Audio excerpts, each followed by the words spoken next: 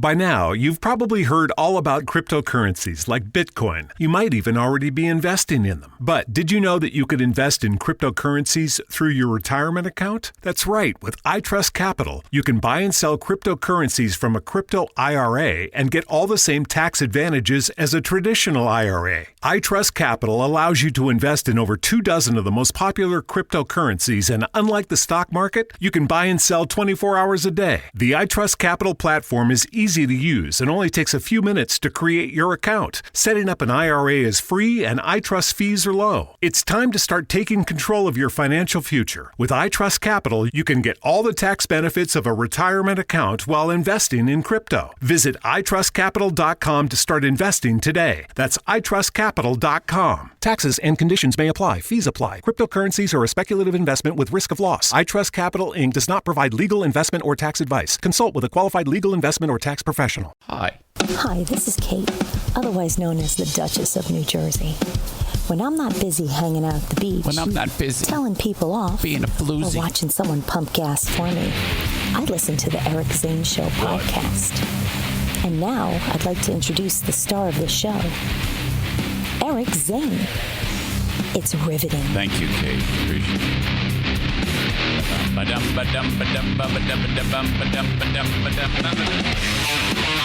did that. One of those Biden stickers. I did that. Now, believe me, I don't.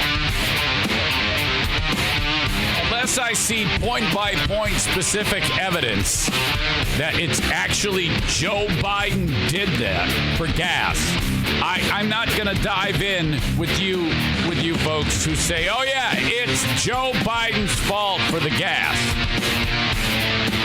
All I know is the sticker is funny. I did that. I love it. It's like my favorite thing in the whole world.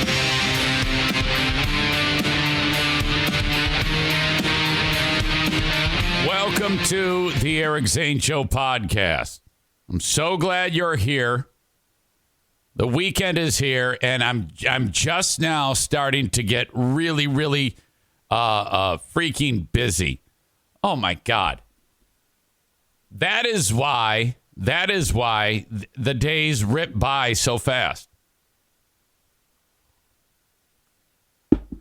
Because like yesterday, let's see, 2 hours and 15 minutes of free podcasting, 40 minutes of Patreon podcasting. That's 2 hours and 55 minutes, an hour and 40 of the Ben and Eric Patreon podcast. That's 355, 435, 4 hours and 35 minutes of podcasting. And then in between, I made the Insane Asylum, which is not live, but I recorded it. It takes about an hour, 1 hour of my time to put it all together. So, wow, that is a lot of time. That's 5 hours and 35 minutes right there. So that's a fucking, you're like, oh, well, that's nothing. Well, there's a lot more to it than that, because then all the time, that's boring. It doesn't fucking matter. And my point on this is that that's why I need like several days in a row where I just sit around and do nothing, masturbate, and then that's it. Actually, I don't need that. I don't need that at all. First of all, I have no sex drive. It's just gone. It doesn't, it's so weird, this medicine I take. But it's conducive for when you don't have a lot of time, because if you don't have a lot of time, the one thing you want is to have a low sex drive, because if you have a high sex drive and you have no time to have sex, you just walk around beating off all day. In every spare moment, it's awful. I don't know that for sure. So, all right. My gosh. Shoo. Man, I've got a lot of things here that to talk about. Some of it's not so good. I've got some. It's kind of like this is a weird bit of story curating that I had to go through because a lot of the stories that I've got my work cut out for me today to try to keep you. Well, I'm probably going to draw some anger because of the story selection today. There's a lot of really negative stories. When the war that just began is the one that I think is the least problematic of stories that will draw anger or upset emotions out of you, then you know it's going to be that type of day. So I'll do my best. I mean, again, I can only present what the day brings, you know? So that's what I'll do. What I'm also going to do right now is drink this coffee because I got it late. That's why I was like a minute or two late on the actual start of the show, but bear with me, please. That's one. I need another.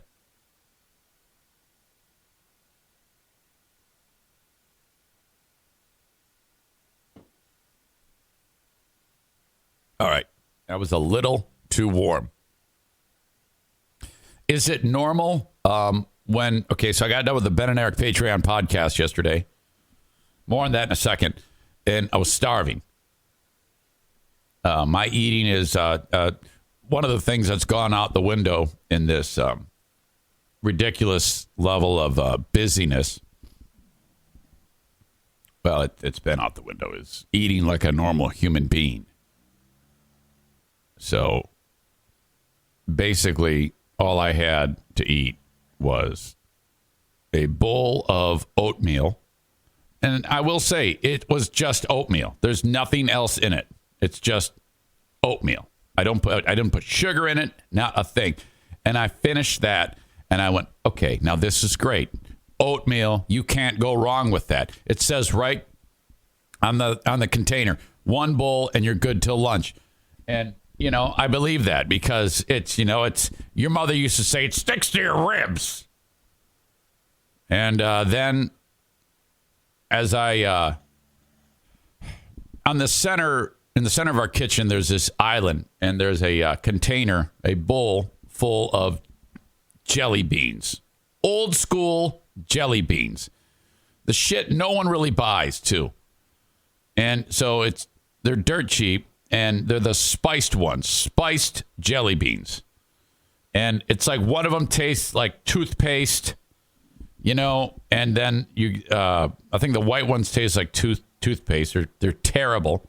And then the black ones taste like black licorice. And then there's orange and pink and green and red. And I'm as I'm walking by there, I'm grabbing handfuls of jelly beans all fucking day long.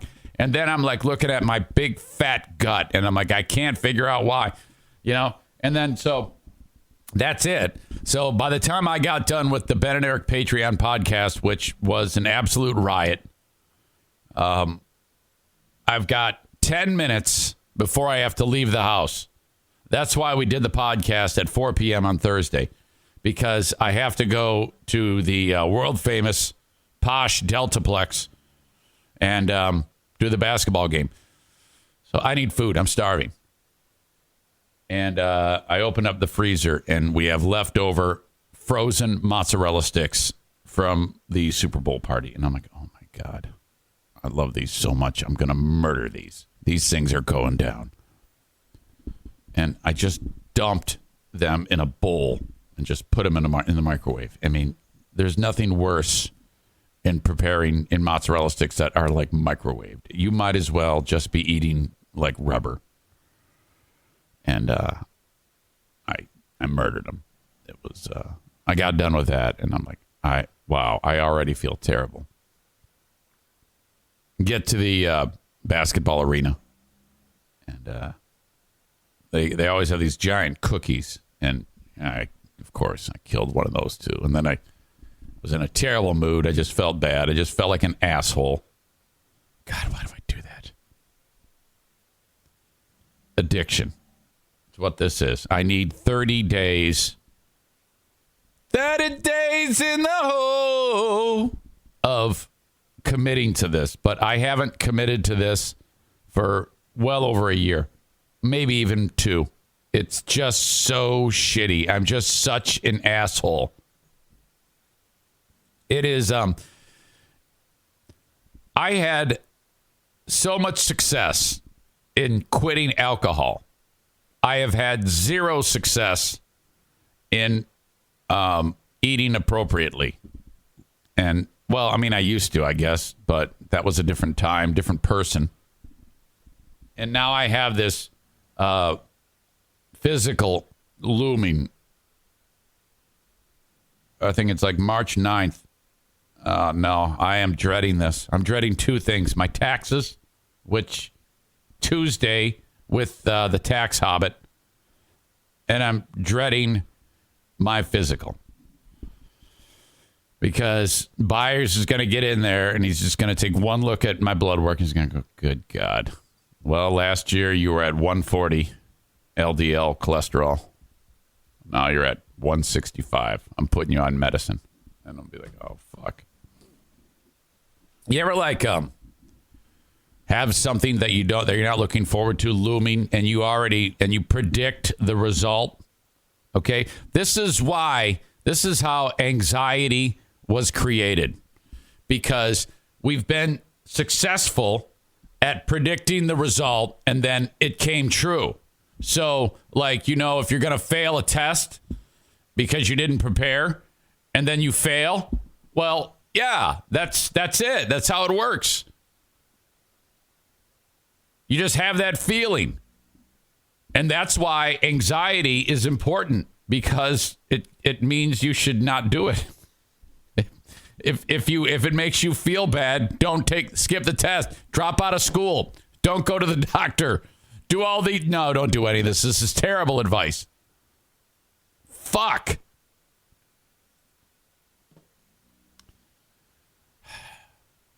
Aram says, look at the upside. You can tell the doctor how much you can bench.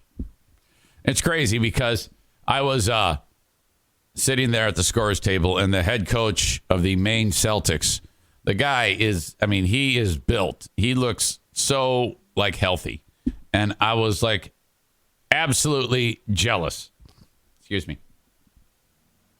Because I'm like, look at that guy. He's worked his ass off to look that way. Why can't I do that? Now, the truth be told, he's probably 33 years old. And I'll be 52 in July. But I feel like I'm 72. Damn it. I have got to turn this around. I have to. All right. So, yeah, we have the physical scheduled. This show happens in the Baldwin Ace Hardware Fear Bunker studio each and every day of the week, work week, I should say, at about this same time, 8 o'clock Eastern. Thank you for being part of it. If you ever want to reach me, send me an email, an old school email on the Shoreliners Striping inbox. Eric@ericzaneshow.com. There's also a link on my website, ericzaneshow.com. You can, if you ever want to reach out to me, merchandise is all there. Sponsors, in case you miss a sponsor, that I talk about every day. And, or you just need any time. You just want to say hello. Please do that. I appreciate the feedback. Stand by.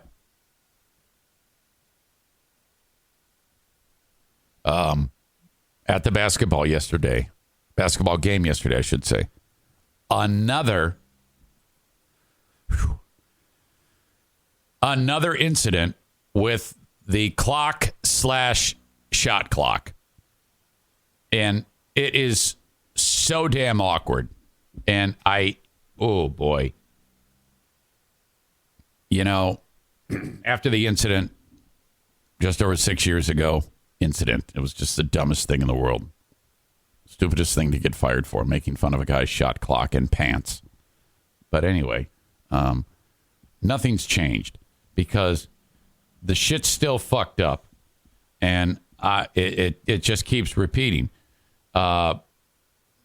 Yesterday, or earlier in the year, there was a moment where, the game's getting ready to start, And then they do the tip off, and then the clock doesn't move. The ref blows the whistle. He says, "What's up?" "Yeah, I don't know." And then, they didn't know what the hell. I don't even know how it ended up. They ended up taking all the wires out of it. Well, this all happened again yesterday, second time. And, oh, my God. The last time it happened, I was like, I'm not saying a word. And I didn't want to bust out the same jokes again. So this time I just sat there. And oh, God, I'm just crawling out of my skin. Because it's just fucking terrible. The ref starts the game. They do the tip-off. And then same thing. The clock hasn't started. And it's supposed to start. I don't know how it works, but the guy at the board pushes a button, and then the clock and the shot clock start. And then a lot of it is automated, and there's this remote thing. It's all very boring and complex, but it's not working. So the ref goes, "Hey, everything okay? Yeah. I think so." The dude operating it. And she says, "Okay, well, take a few seconds off because, each quarter is 12 minutes." She goes, "Okay, I need 11:58 on the clock, and I need 22 seconds on the shot clock because it's 24-second shot clock." And the guy goes, "Okay, right." And her whistle talks to the remote. When she blows her whistle, actually, that has nothing to do with it. The guy then, they inbound the ball, and the dude starts it again, and the clock doesn't go again. She, again, blows her whistle. Crew chief. Her name's Cheryl. And she says, "Hey, what's up?" So then it's all hands on deck. You see all these different dudes, nerds from the scorer's table are unplugging shit. And Joel, the guy who owns the joint, is standing there too. This is the guy. He's been here in the studio with me, Joel Langlois. And I'm just sitting there, and I'm right next to the fucking clock. And I'm just like, and everybody's looking at me, and I look over my shoulder, and there's Joel, and I'm like, oh fuck, this is just, and it's going on, and all the players they all just are like trying to stay warmed up. These are athletes. It's not, they're ready to play, and it must have been like 4 or 5 painstaking minutes of them trying to figure this shit out. And the guy who runs it is an older dude, so he's kind of like, I don't know what's going on, and I'm like, oh no. And then finally he says, I'll just do it manually. Well, it's like, well, yeah, you should have done that 4 minutes ago, because he can override it with a manual override, and the electronic, it does, it's just fucking, it was terrible. It was awful. God, I hated it. Crank says, you sure the ref's name was Cheryl? Yeah, I am. Why? I don't understand what you're talking about. She's a crew chief. I don't get what you're talking about. Crank, explain yourself. I'm confused. Then, okay, well, you know what? I better just stop the story right there, because if I say anything else, it's going to turn into a shit show, and I just don't want that. All right. There's always something to talk about. And I saw a 5'8" guy dunk like you wouldn't believe. There's this dude for the Maine Celtics who he's a little buddy, He's about 5'8", so he's about 6-7 inches taller than Patriot Nick. But the dude looked like, he was a brick shithouse. Incredible muscularity and a big, thick, fat, PHAT ass. And I am not kidding you, like clockwork. I lean over to my spotter, Ben, and I go, you see that guy right there? This is like midway through the game. I go, he looks like the type of guy that if he jumped, the only thing that would slow him down is the ceiling. He just looks like he's like a walking a spring, just ready to pop. And I'm not kidding you. A second after I said that, he's got the ball on the baseline. He does a crossover dribble, and then he goes in, and he throws down this monster. He's so little, his hand can't even palm the ball. He's like Spud Webb. He had to you have momentum, but he did it with one hand. He went up with two and then let go with one hand, and with one hand threw the fucking thing down, and the rims, this little ball of muscle. It'd be like if Bruce the dog, he's like Bruce a ball of muscle, that just a bowling ball. And he threw that fucking thing down. And I was like, holy shit, what did I just see? It was spectacular. I wish I had a clip of it. I've never seen it. When you see a little buddy like that dunk a ball, it is, oh my God. Look up clips of Spud Webb.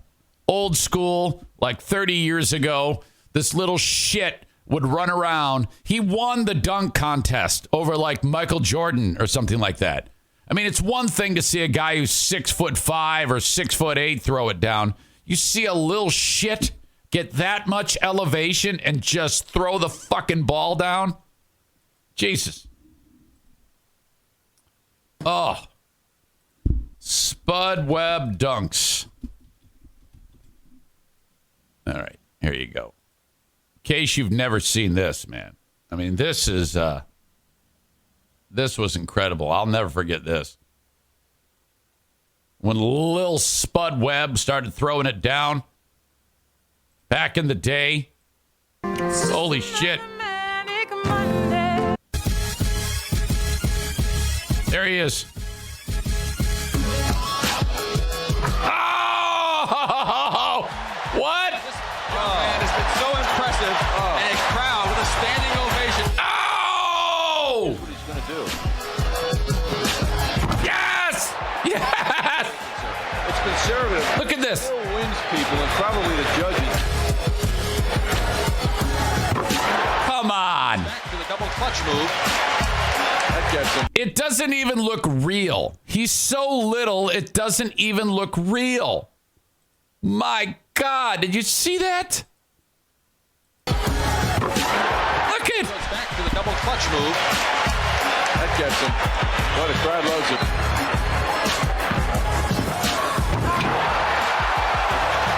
Without being able to. Okay, sorry. He outdueled Dominique Wilkins, not Michael Jordan, but Dominique was, I mean, he was an incredible dunker too. I mean, it's like a little boy is throwing down monster dunks is what it looks like. It's like Emmanuel Lewis or Gary Coleman throwing it down. Palm the ball out of sight.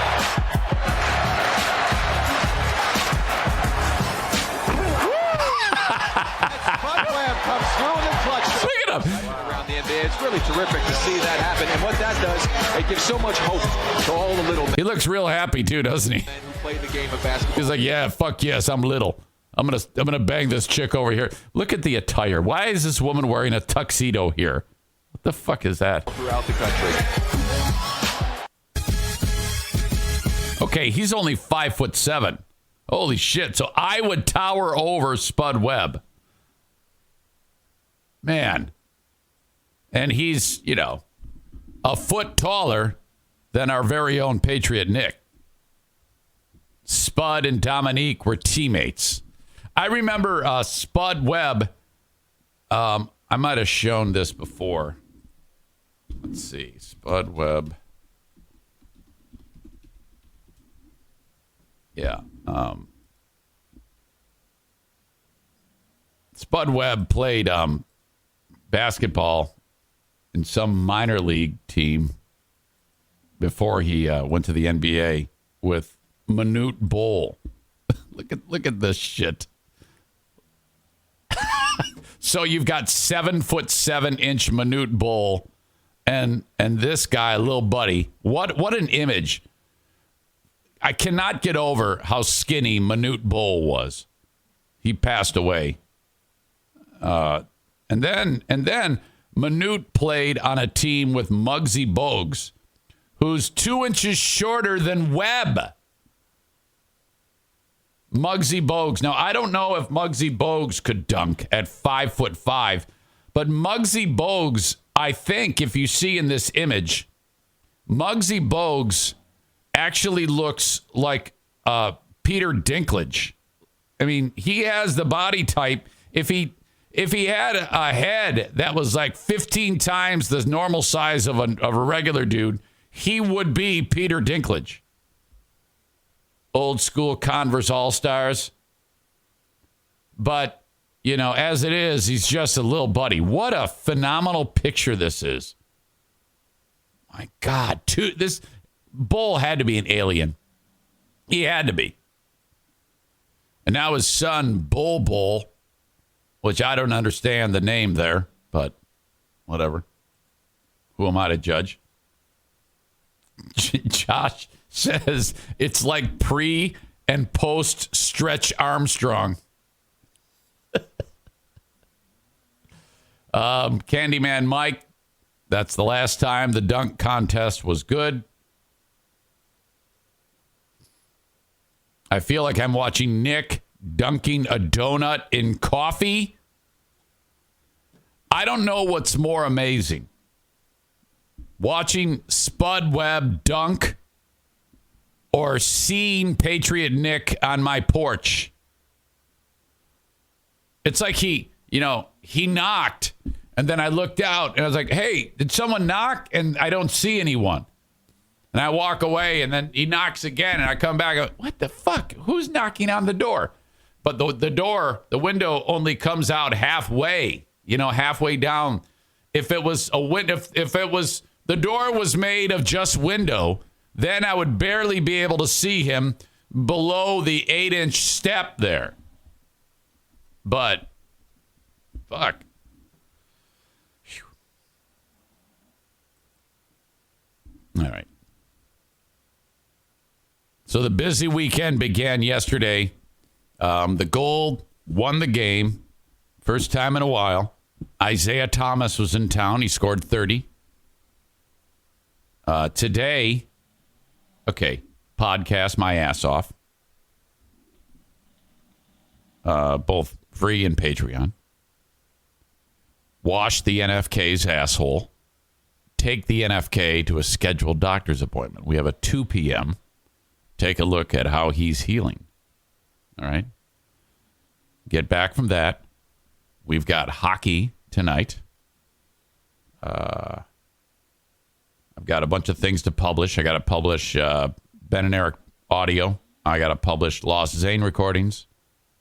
I've got a voice track for Big 101.3, the fun hits you know. I've got hockey on Saturday night. And Sunday, I got to be up at 5 in the morning because Johnny Ilk over at Wood Radio had to take a personal day. So your old pal Eric Zane has to fill in as board op extraordinaire. Yeah, that's right. Board opping duties on Wood Radio for the David Carrier show. Okay? At 7 a.m. 7 to 9 a.m. That's right. I am doing this job that I have to do is a job that I did when I was 20 and working in radio. It is that entry level of a job. Did I say no when they asked me to do it? Hell no.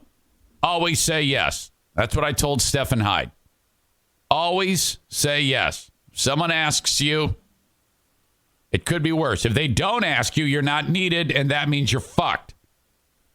Keep yourself a commodity. As a commodity, say yes. Even though it's the most humiliating thing that has ever happened. So that is the weekend in a nutshell. Ukraine. Oh, my God. Some really horrible shit. Let's start with this. CNN's coverage. I saw Huge posted this. It starts out as, simply a shot of the landscape. The people are panicking. And then CNN decides to keep you posted by going with the commercial on the split screen. Wait till you see this. I talked about it on the Ben and Eric Patreon podcast. This is Kiev or whatever, some city in the Ukraine. Everybody take cover. CNN all over it. No problem. Everything's good so far. And then look, killing good in the neighborhood. They go to the Applebee's split screen commercial. What? No. We got cowboy guy shaking his ass. Russia invades Ukraine. And some fucking hilljack shaking his ass on the Applebee's commercial.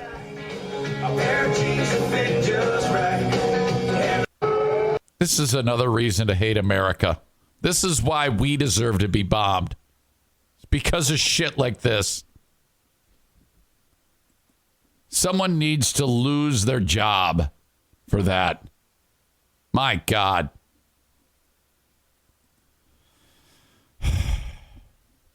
The locals in Kiev, which the mayor of Kiev is former heavyweight boxing champion and legend Vitaly Klitschko, have been told to make Molotov cocktails. I am not even kidding. 17,000 guns have been given away. And all men aged 16 to 99 have been ordered that they cannot leave Ukraine. You must stay there so you can fight. Now, I don't know about you, but if I'm in my house and I'm in Kiev and I've got a family and wife and kids and my only defense is a couple of bottles filled with gasoline and a T-shirt that I'm going to light and throw at a jet. And the president is telling me to stay put so I can fight. I'm leaving. Fuck you. And even if there's, I'm just going to walk. I'm just going to walk out. And then just my chances of survival are better if I just walk out of Kiev with my family like a fucking Guatemalan refugee trying to walk into America. My chances of survival are better if I walk west until I hit the ocean and swim to America with my family. My odds of surviving are better there than they would be if I stay in this house and throw a Molotov cocktail at a supersonic fighter jet. You assholes. What the fuck are we supposed to do? So I'm just going to tell you, I would not die for my country, and I'm leaving. Fuck you. There is no way in hell I'm staying here with you assholes throwing bottles at tanks. Suck my ass. Which is a lot of what we talked about on the Ben and Eric Patreon podcast last night. President Zelensky has taken off his suit and put on some type of olive green hunting / military sweater or something like that. With, I don't know, I guess it makes him, whatever, dude. Why even bother? Come on. Yeah, it sucks. It absolutely sucks. But, I mean, I guess I'm just not patriotic enough. But if I'm in a country that has, basically a slingshot and a couple of BB guns taking on the military might of Russia, no, I'm giving up. And that's the end of it. You can have it. Come on in. I'm saying welcome in. Yes, welcome them in. That's what you need to survive. Otherwise, you're dead. Kick that can down the road. Live to fight another day. Fuck it, man. And all this talk, I hear all the usual suspects. You know who you are saying, this is Biden's fault. This is Joe Biden's fault. This wouldn't happen if Trump was in there. Biden's weak. You're so full of shit. Oh, my God. Because it doesn't matter who would be in the White House. It doesn't. Because are you telling me that Trump would do anything, or any president other than Biden would be doing anything other than what is happening right now? There is no choice. You're looking at a world superpower with nuclear capabilities and a crazy man.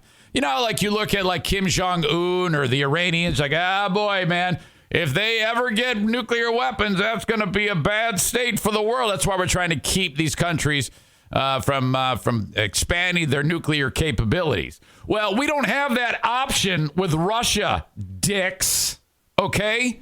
So, yeah, I absolutely understand why, you know, my point of view that, if there was any president in the White House, it doesn't matter. You're not going to do anything. What are you going to do, fucking fight Russia? And then this crazy man's going to lob a few at you? He doesn't give a fuck. Give me a break. It just looks terrible on Biden because he can't, he has to wear a diaper and can't even complete a fucking sentence. So, you know, in that way, I understand actually why a lot of you knuckleheads believe that this is all Joe Biden's fault. And it kind of, it appears that way because he can't, like I said, can't complete a sentence. He's fucking unfit for office. I'll go that far with you. But don't think for a second that if anyone else was in the White House, this would be a different result. It wouldn't. It wouldn't at all. NATO doesn't take this defending the Ukraine seriously in any way. No one does.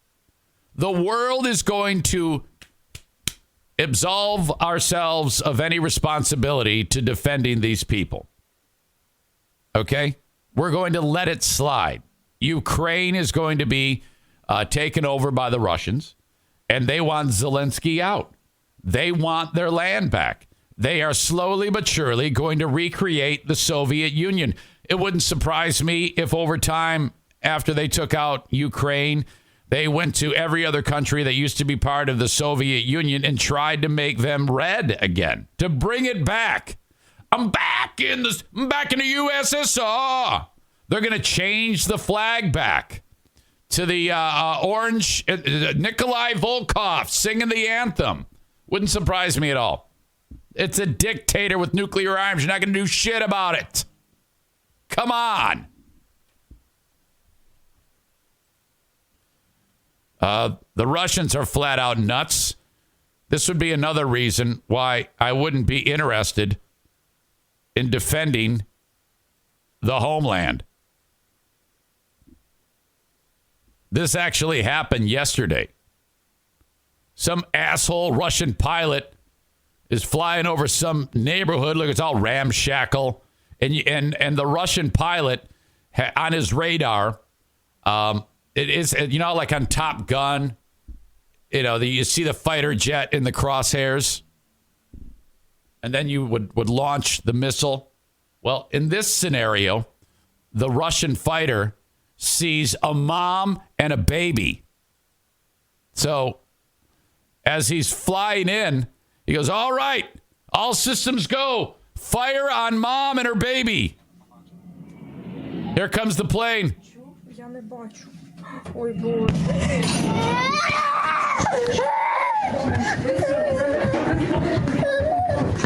Like, I'm getting the fuck out of here.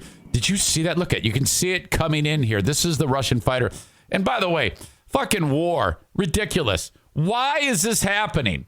Go ahead and blow up the strategic locations. I get that, but this is why if we go after Putin, if you think for a second that he's not going to lob a nuclear missile, look at this shithead is blowing up a neighborhood.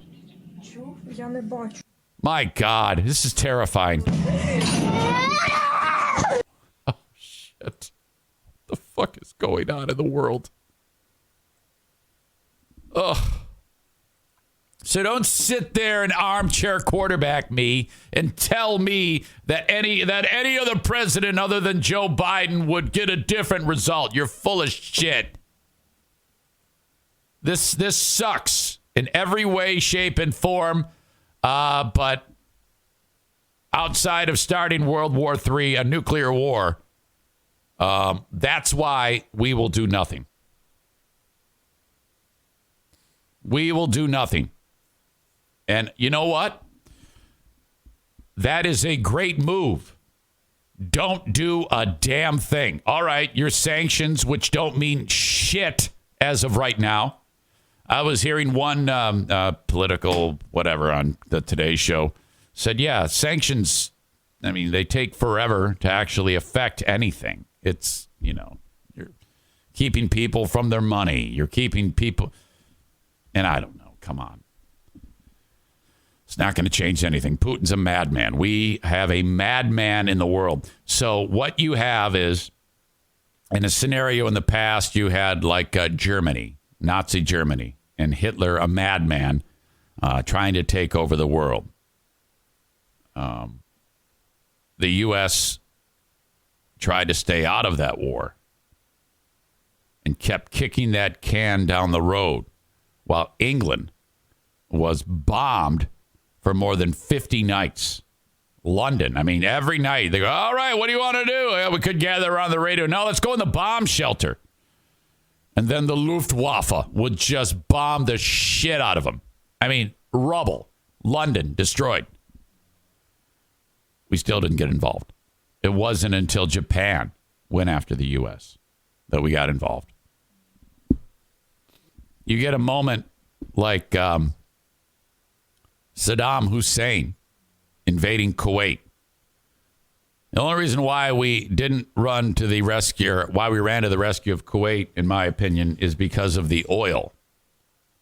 All right. I don't think it was because we cared in any humanitarian way for the people in Kuwait. Ukraine, now we have a maniac similar to Hitler, similar to Saddam Hussein, but a nuclear arsenal, the nuclear arsenal. And I don't think he is afraid to use that in any way, shape, or form.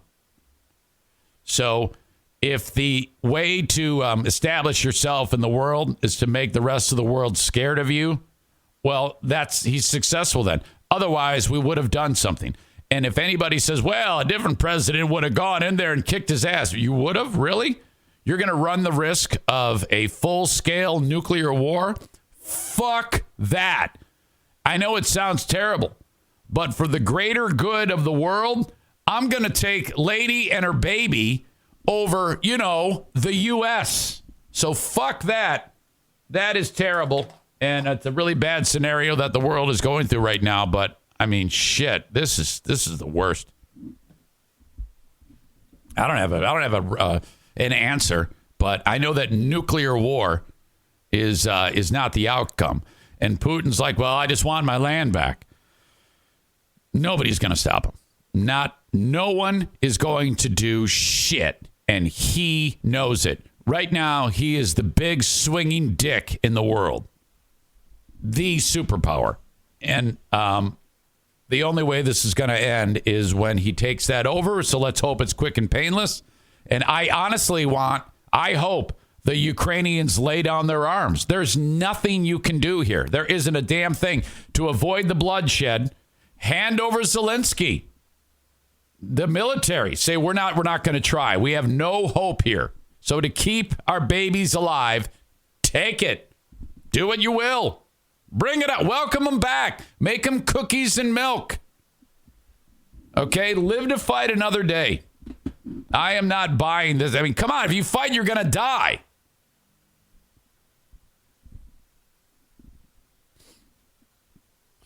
Adam says, looks like a quote, the only way to win is not to play. That's like from a song or something like that.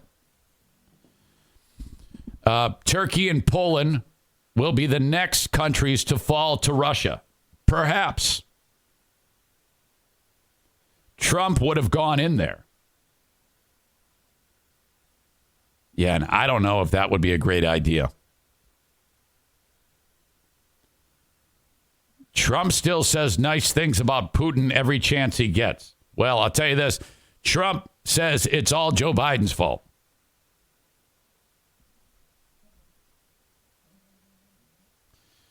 Putin needs to be dragged down the street and beaten senseless till he realizes that's not his land. That's not going to happen.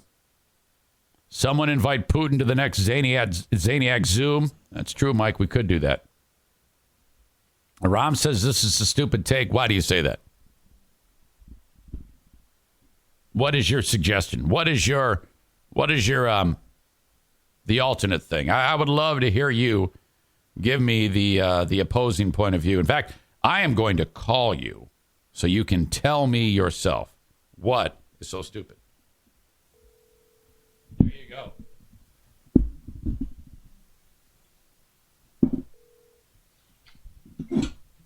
Hey. Welcome in, Aram. How are you? Good. Tell me what is stupid about my take. Well, you're just you're telling Putin to go ahead and take over the world. I'm telling the Ukrainian. I didn't say that. I didn't say that. I said Ukrainians should lay down their arms. Yeah, but then when does it stop? I don't know. When does he stop invading countries? So do you think that the Ukrainians have a chance to defeat Russia? I have no idea. Okay, so if it's you, I think encouraging him is not the answer. Yeah, well, I don't know. For me, it's either you're damned if you do, you're damned if you don't. And I don't think that, I think there has to be a diplomatic solution to this. And that too many people will die if you fight this. Yes. So I agree. And I think probably the way we've been doing business up till now has not been, good for the long game. And you realize the nuclear capability of this country. I mean, I don't need to remind anybody about that. With an instant, he is capable of this. And if your strategy is just to call his bluff, who's going to gamble with the world? No one. Right. So I don't know if that's an option to say, yeah, try it. I think that's ridiculous. Well, I'm wondering what China's thinking about this. China said nothing negative about what Russia has done, and they also blame the West. So that's another thing. I'm glad you brought it up. Yeah, I don't want 1 billion Chinese people getting involved in this. Because this could, I mean, seriously, think about that. If we the options are give up Ukraine, just take it, or then, I mean, there are so many crazy options that could take place that could make this infinitely worse, that I don't know, man. I don't know if that's such a bad idea to just lay down your arms. I've read, all I have are questions. I don't really have any answers. I read that Canada is in trouble if he takes over Ukraine. Canada?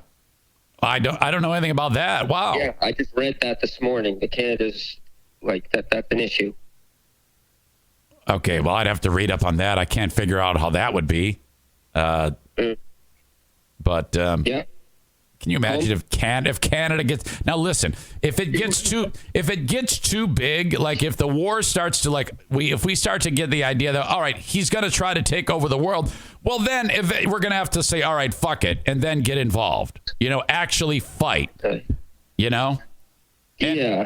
that's not beyond don't you think that all the weapons we gave the Taliban when we ran out of there, that Ukraine could use those? Well, I can promise you the Ukrainians will have armaments that, us and the rest of the world have given them.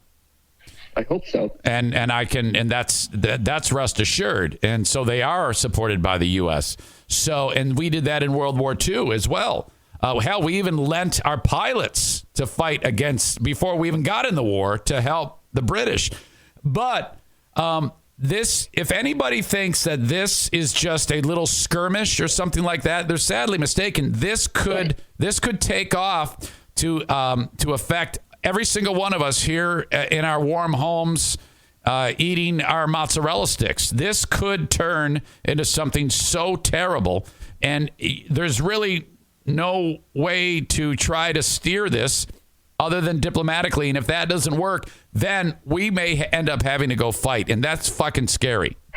And what if Putin threatens you and says, well, if you give them an extra tank, then I'm going to shoot a nuclear weapon. Yes. What do you do then? Yeah, that very well could happen. We're already supporting them and the sanctions that we put on them. This could blow up in everybody's face. Yeah, this is terrible. All right. You know, our homeland of Armenia could be invaded. Yep, I know. Bad stuff. Bad news. All right, buddy. I love you. Right, I love you so much. Oh, I love you too. All right, buddy. I'll talk. See you. I'll see you. Aram. I think he came around to agreeing with me, by the way. What we need to do is just make Putin the leader of the world. We need to make him our president, and we need to suck his dick. I'm totally kidding. Come on now.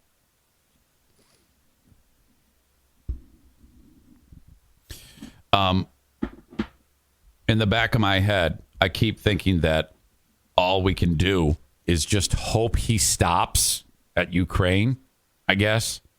That sounds awful to me.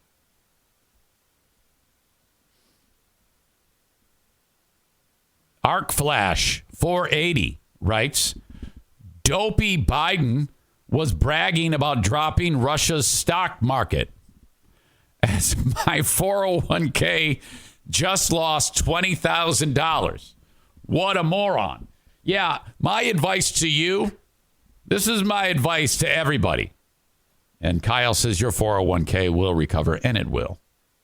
Don't let that slow you down. Just know that there's children dying. Do I need to show you the video of the lady holding her baby as the Russian plane blew up the house?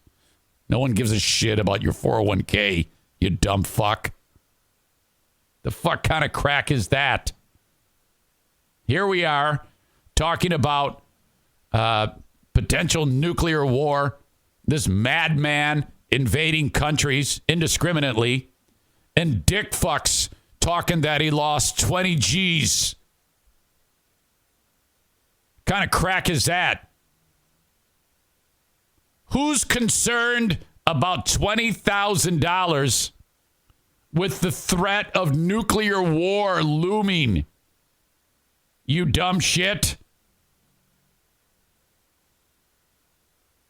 Hey, we just had another country invaded and nuclear war just started. Man, I just lost $1,000.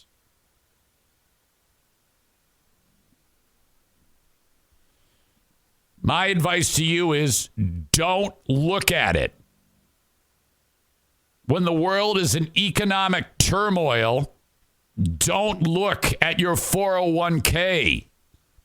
And when you buy gas, don't look at the pump.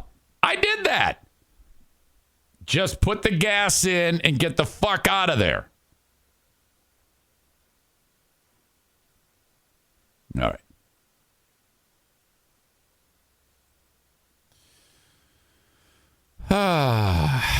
Last night, the Ben and Eric Patreon podcast went down. And man, absolutely incredible. We got off with a great start about a certain sexual act and the oddness of it. And then our good pal Saul came in, and we had to get his point of view about the topic of eating ass. And Saul brought down the house because, you see, Saul is extremely innocent. And, well, he's in a room full of miscreants. And, you know, but Saul's also a big boy. So we treat him like one of the guys. So the topic went on and on about ass eating, and we had to deal Saul in on it, and we had a number of other ridiculous topics that we touched on. And it was our third show in a row where it was better than the last one, okay? You know, because I get done with the show, and I'm like, that one wasn't bad, but it wasn't as good as the week before. 3 weeks in a row, the shows keep getting better. We're on to something. It's like it's taken like forever to get this type of ridiculous vibe set up that makes me happy. But it really is off and running. I'm very, very happy with how that show is sounding. The Ben and Eric Patreon podcast. You can only get it on Patreon. I do give you a little free view of it on this platform, the free platform, audio. But the full thing is what you need, man. Oh, God. So that is on my Patreon, patreon.com/Eric Zane. Patreon, patreon.com/Eric Zane. The Twitch stream is brought to you by Irvine's Auto Repair, Grand Rapids Hybrid, and EV. Now, if you're not enjoying the show on Twitch, I want you to make your way online over there, twitch.tv/Eric Zane Live, and hit follow. So you're following, you know when I go live, and then that's just another thing that helps me. Thank you, thank you, thank you. While you're there, if you scroll down, it says sign up with Twitch Prime. You can sign up, subscribe, which is different than following. It's even better. You can subscribe for free with your Amazon Prime account so that when you're watching it, you don't get any ads or anything like that and can use the emotes, as my Canadian brothers say. Twitch Prime, part of my Twitch stream. Facebook.com/Eric Zane fan page, brought to you by Irvine's Auto Repair, Grand Rapids Hybrid, and EV. 11 days until the suspension is over. I'm on Twitter, at Eric Zane Show on Twitter, brought to you by Blue Frost IT. I'm on YouTube, Eric Zane Show on YouTube, brought to you by Frank Fuss, My Policy Shop Insurance. Thank you so much. Okay. My pals at Halayna Hydroponics are inviting you to call upon them if you need anything for your indoor, outdoor grow. Okay, so you're growing indoors right now. Some beautiful, bold cannabis plants. And then when Mother's Day hits over here in the Midwest, you're going to put them in the ground outside. For any of the supplies that you need for your grow, I want you to call upon Halayna Hydroponics. That's HORIZEN, hydroponics.com. Use the coupon code ZaneShow at checkout. That will save you 10%. Thank you very much. All right. Frank Fuss, My Policy Shop Insurance. Frank Fuss is a licensed independent insurance agent / broker. You're married. You've got kids. You think you're all set. You know, you're doing great. The family's growing. Everybody's healthy and happy. The words, what if? What if something terrible happens? An unforeseen, catastrophic problem takes place where, well, you're not with the family anymore. You are at the Rainbow Bridge with all the puppies. I don't like thinking about that. You don't like thinking about that. But what you really don't want to have happen is while you're up there, looking down at your beautiful family, they're struggling to make ends meet, okay, because you didn't buy a life insurance policy. Life insurance policies from My Policy Shop Insurance, you're not going to pay that much for a life insurance policy that's going to provide your family unbelievable coverage to be able to support them while they, figure it out. Okay, and I guess depending upon how much, if you buy a ton of life insurance, your family doesn't have, your wife doesn't have to work ever again. My God, that would be an incredible gift. The last thing you want is your poor wife or husband or whatever having to do a GoFundMe just to put you in the earth. Come on, get a life insurance policy. Call or text Frank today, 616-914-4070. Say, Frank, Eric Zane sent me. I need to know about life insurance. He will take care of the rest. His services don't cost anything. He's an expert. He'll help you. 616-914-4070. If when I talk about life insurance and you immediately start making excuses in your head, either, that's not going to happen to me, or, this or that, I'm talking to you directly. You are the one that's it's going to happen to. For God's sake, don't do this. Get a life insurance policy. I can't be more clear on this. 616-914-4070. Excuse me. Still waiting on Rick about when we're going to schedule our next big paintball event. We're standing on TC Paintball War number 18 and hoping to God we get that done ASAP. If you want to schedule an event, hang on. Excuse me. TC Paintball. You can probably do a lot of drop-in stuff. Just show up during the week if you want. But on Saturdays, you got to schedule it. So you get the neighborhood kids together, maybe a bachelor party, your bro friends, your lady friends, whatever.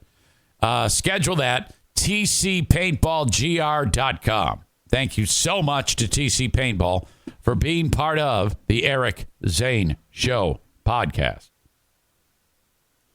Sir Bob of Oliver says funerals ain't cheap. $9,000 on the cheap side. That is true. First time chat. Slender Man Therapy says cute dog. Thank you. That is Daisy. Daisy do right there. Arc Flash 480 says probably good to get into hydro. Nothing gonna grow outside with all the fallout. Oh my God. All right. Whew. What a day. Okay, I want to get into a little bit on this Alec Baldwin thing. Because the husband... Whoops. I hear something that I shouldn't hear.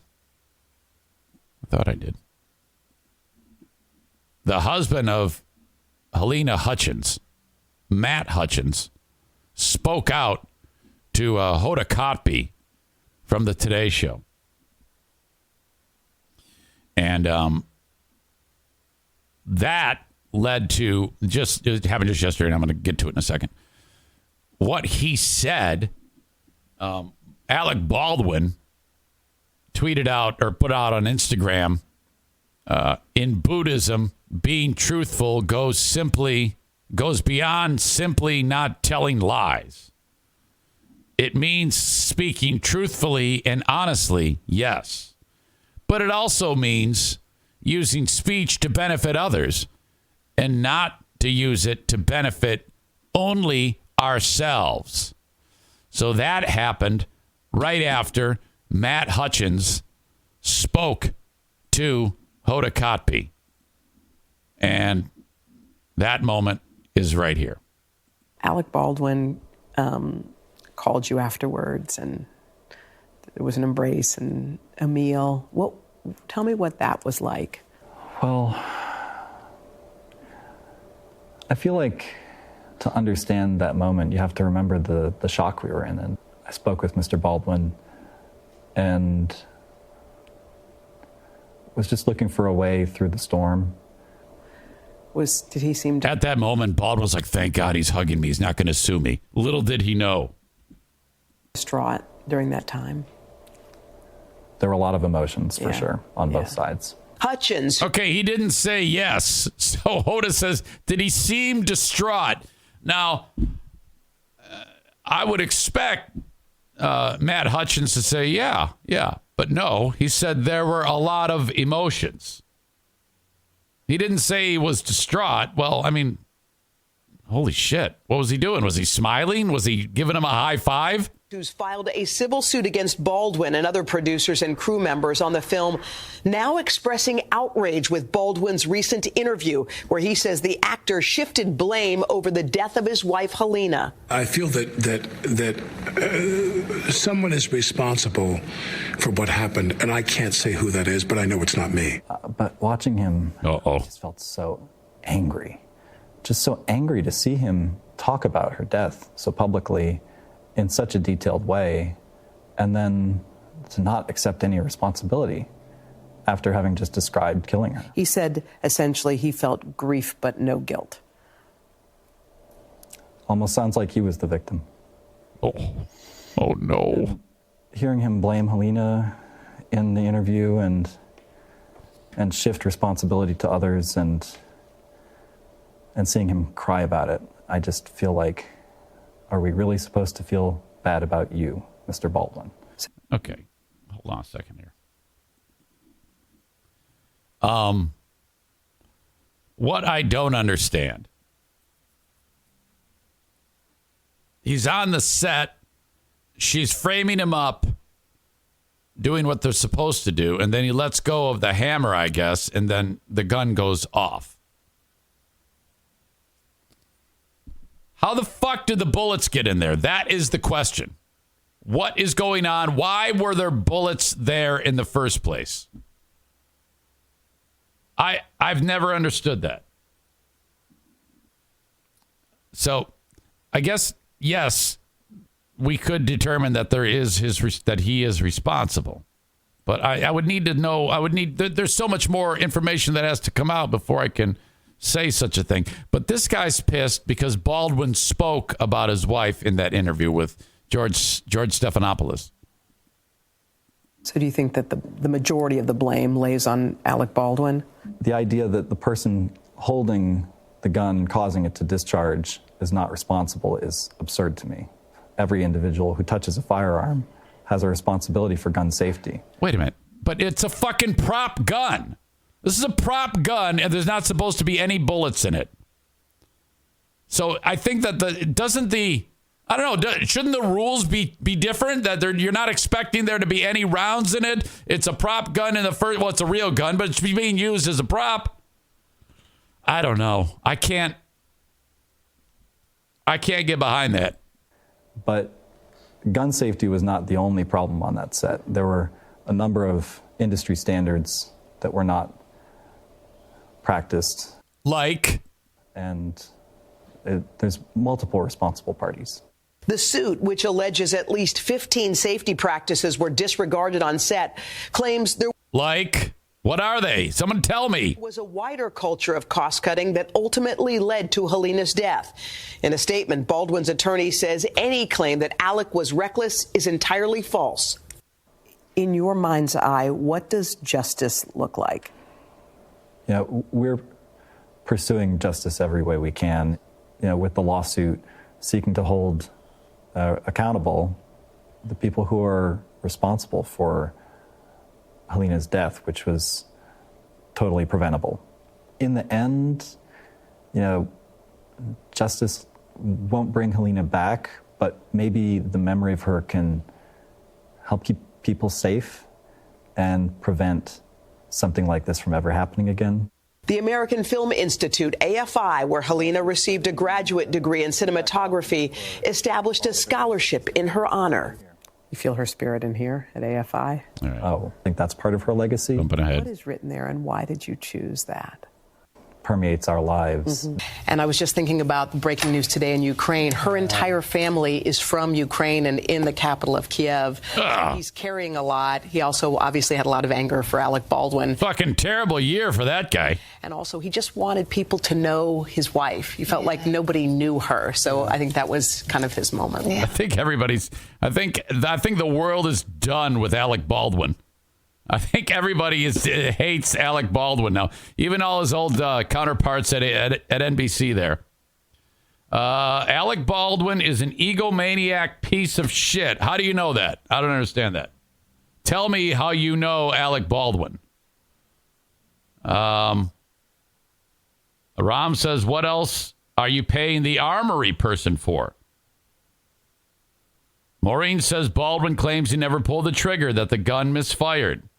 Terry says, hey, Alec, karma, bitch. For too long, we've lived in a world of canceled and delayed. No more. Those plans you've been making, they're on. Thanks to OnGo, the #1 ranked at-home rapid COVID-19 test. So that vacation where you get to swim with the pigs, it's on. Your friend's wedding that was pushed back 4 times, it's on. The roar of the stadium, it's on too. OnGo, COVID-19 test results in minutes. OnGo is available at letsongo.com/radio and Amazon. This product has been authorized by the FDA during the public health emergency only, and only for the detection of proteins from SARS-CoV-2, not other viruses. The claim #1 ranked is supported by ECRI's usability evaluation conducted in December 2021. Winter can wreak havoc on your skin. Hey, it's Kayla, and it's not just the weather, but as a new mom, I've seen my skin change in ways that I'm not too happy about. But that's where the Skin Center has you covered. Their most popular treatment is Botox because they're the best at it. They've been ranked a top 10 provider in the nation by Allergan Aesthetics, the makers of Botox. And their best facial is what I got. It's the HydraFacial. It exfoliates, extracts, and hydrates all at once. So save your skin from these winter blues and DM at the Skin Center MD on Instagram and mention code Kayla to get $1 $100 off your first Botox or filler treatment or any skincare package. What? What is it? Why do you guys hate this man so much? I'm curious. It might be valid, but I'm wondering why do you all hate Alec Baldwin? Is it because he made fun of your fuck toy Trump? Is that what's going on here? Is it because you're mouthing Donald Trump's dick and Alec Baldwin made fun of your master? Is that what's going on here? Yeah. Maureen says Bob says it's entirely possible. That's where the phrase going off half cock comes from, but the bigger issue is having the live round. To me, that's the story. The only thing that matters is why there was a live round in there. I love all of you experts on Alec Baldwin's personality. Chris K says he has a pretty rich history of being an asshole. I can't get behind that. How the fuck can you possibly say that? Terry says, like you, he's in the public eye. We can make those assumptions quite easily. Well, that's bullshit. That's bullshit. You only know me through a fucking monitor, you ding-dong. Give me a break. Well, you know me a little bit. We've interacted. Eric that you're watching is different than Eric over at Irvine's hanging out with you to your fucking face. But this is bullshit. Corey says these losers hate Alec Baldwin because he's not a Trump lover. Well, I would say he's a Trump hater. And I agree with you. I think that all of you guys that are sitting there indicting Alec Baldwin, first of all, the husband hates Alec Baldwin because he killed his wife. So he's justified in hating Alec Baldwin. All of you ding-dongs are not. You don't know shit. You just want him to burn because he made fun of your fuckboy. That's what this is. Okay? If Baldwin has to check the gun, that is half the armory person's responsibility. Well, maybe. I'm guessing. I don't know. There's so much about this that I don't know. Okay? Here's things I don't know. I don't know if Alec Baldwin's an asshole like all of you ding-dongs seem to know. I don't know how the weapon got a bullet in it. And that's the big one for me. And he might be being held criminal. He might have put the fucking bullet in there. He might hate Ukraine and wanted to kill a Ukrainian chick. I don't know. Terry says, so you think it's okay to treat your daughter like a piece of shit? Yes! Yes, I am. Of course. Are you kidding me? Give me a break. Exhibit A. Hello? No, wait a minute. Exhibit A. Yes. No. 6 years ago.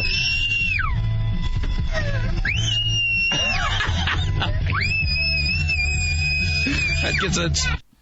Terry is referring to the moment when Alec Baldwin yelled at his daughter. Alec Baldwin voicemail years ago. He freaked out at the kid, and all we know is what you hear on the voicemail. And when you're a ding-dong like Terry, you just assume he just called her and she was minding her own business and everything was hunky-dory with the world. Hey, I want to tell you something, okay? And I want to leave a message for you right now. See, this is all justified. 10:30 here in New York on a Wednesday. I'd have done the same thing. Again, I made an ass of myself trying to get you a phone to call you at a specific time. Yep. When the time comes for me to make the phone call, I stop whatever I'm doing, and I go and I make that phone call. At 11 o'clock in the morning in New York, and if you don't pick up the phone, at 10 o'clock at night. Yeah, see? He planned it. He said, honey, I'm going to call you then. And then she didn't pick up the phone call. So I'd be pissed too. This is all above board. In fact, I think this is being expertly delivered at this point. This is a good call up to this point. Have that goddamn phone turned on. I want you to know something, okay? I'm tired of playing this game. I think the child in this is 2.5 years old. I'm leaving. I might be wrong on that. Message with you to tell you you have insulted me for the last time. You have insulted me. You don't have the brains or the decency as a human being. It's still a good call. This is all above board. I don't give a damn that you're 12 years old or 11 years old or that you're a child. Okay, I was a little off. Pain in the ass who doesn't care about what you do as far as I'm concerned. You have humiliated me for the last Yes. this phone. Get her. And when I come out there next week, I'm going to fly out there for the day just to straighten you out. Yes. You got hit her. To let you know just how disappointed in you I am and how angry I am with you that you've done this to me again. You've made me feel like shit, and you've made me feel like a fool over and over. No. 6 years ago.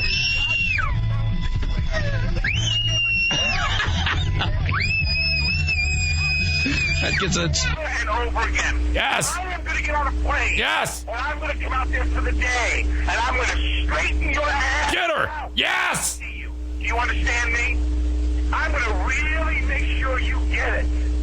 Then I'm going to get on a plane, I'm going to turn around, and I'm going to come home. So you better be ready Friday, the 20th, to meet with me. I would get off the plane wearing a boxing glove. So I'm going to let you know just how I feel about what a rude little pig you really Yes. are. Yes. A rude, thoughtless little pig, okay? To replay this message. I see nothing wrong with that phone call.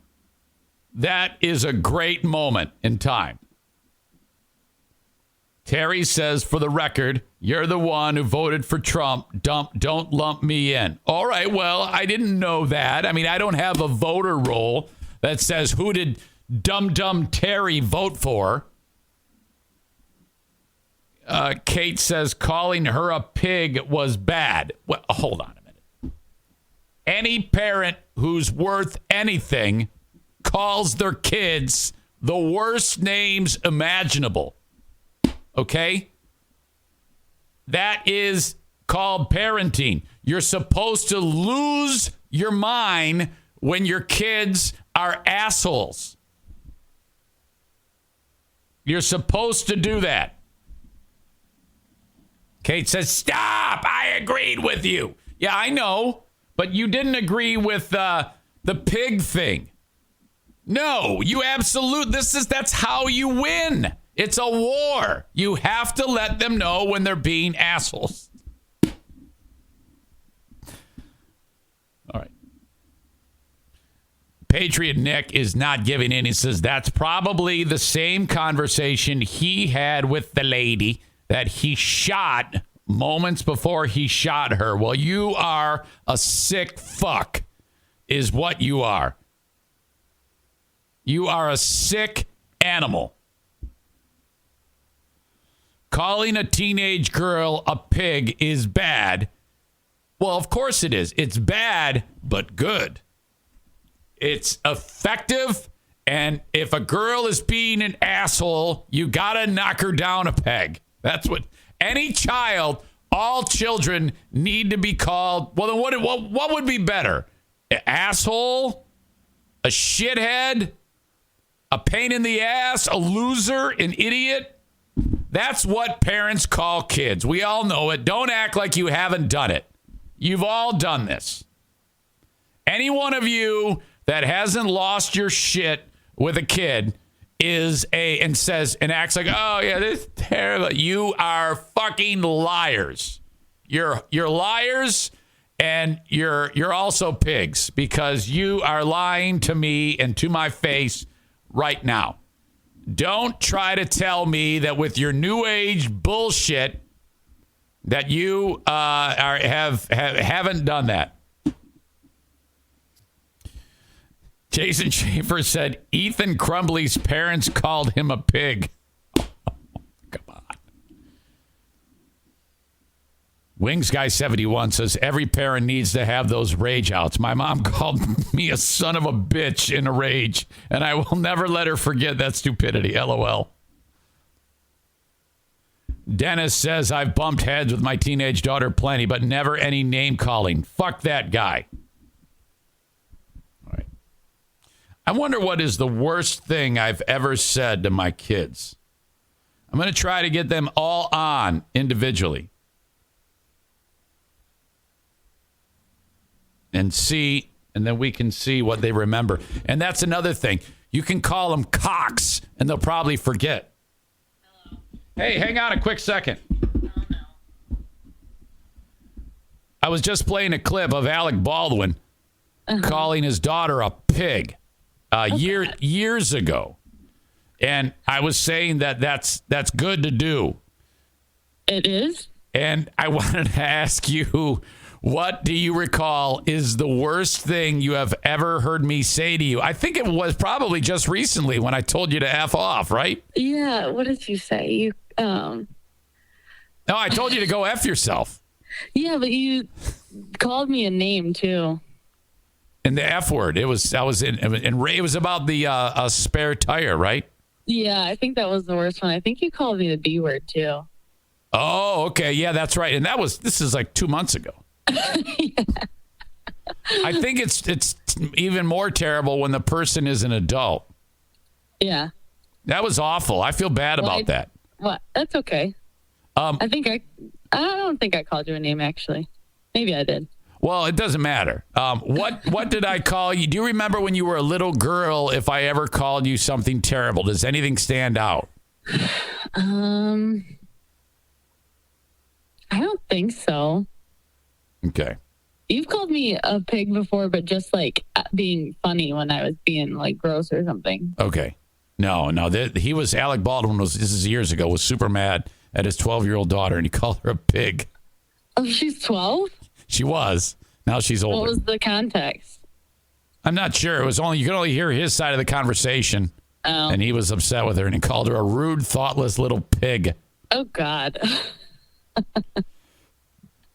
All right. That's it. You think Maddie's awake, or is she, having another bender with the sorority? Ugh. She might be awake. She might, you could try her. She either is getting out of class and is awake before, like, she takes a nap or something. You could try. All right. All right. Do you remember the moment when you said, Dad hit her, she's loud? I don't remember it. I can't tell if I remember it or if I just have heard, like, the story so much. All right.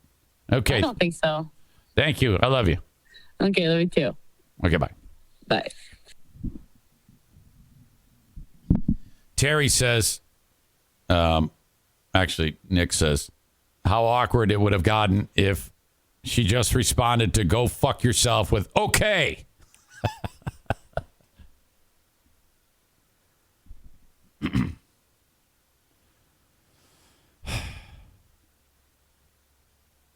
Melissa says, I lost my shit with my 6-year-old for acting like a brat. And later on, she said, when you yelled at me, I didn't know what was happening. Yes. Yeah. No, that's what I'm talking about.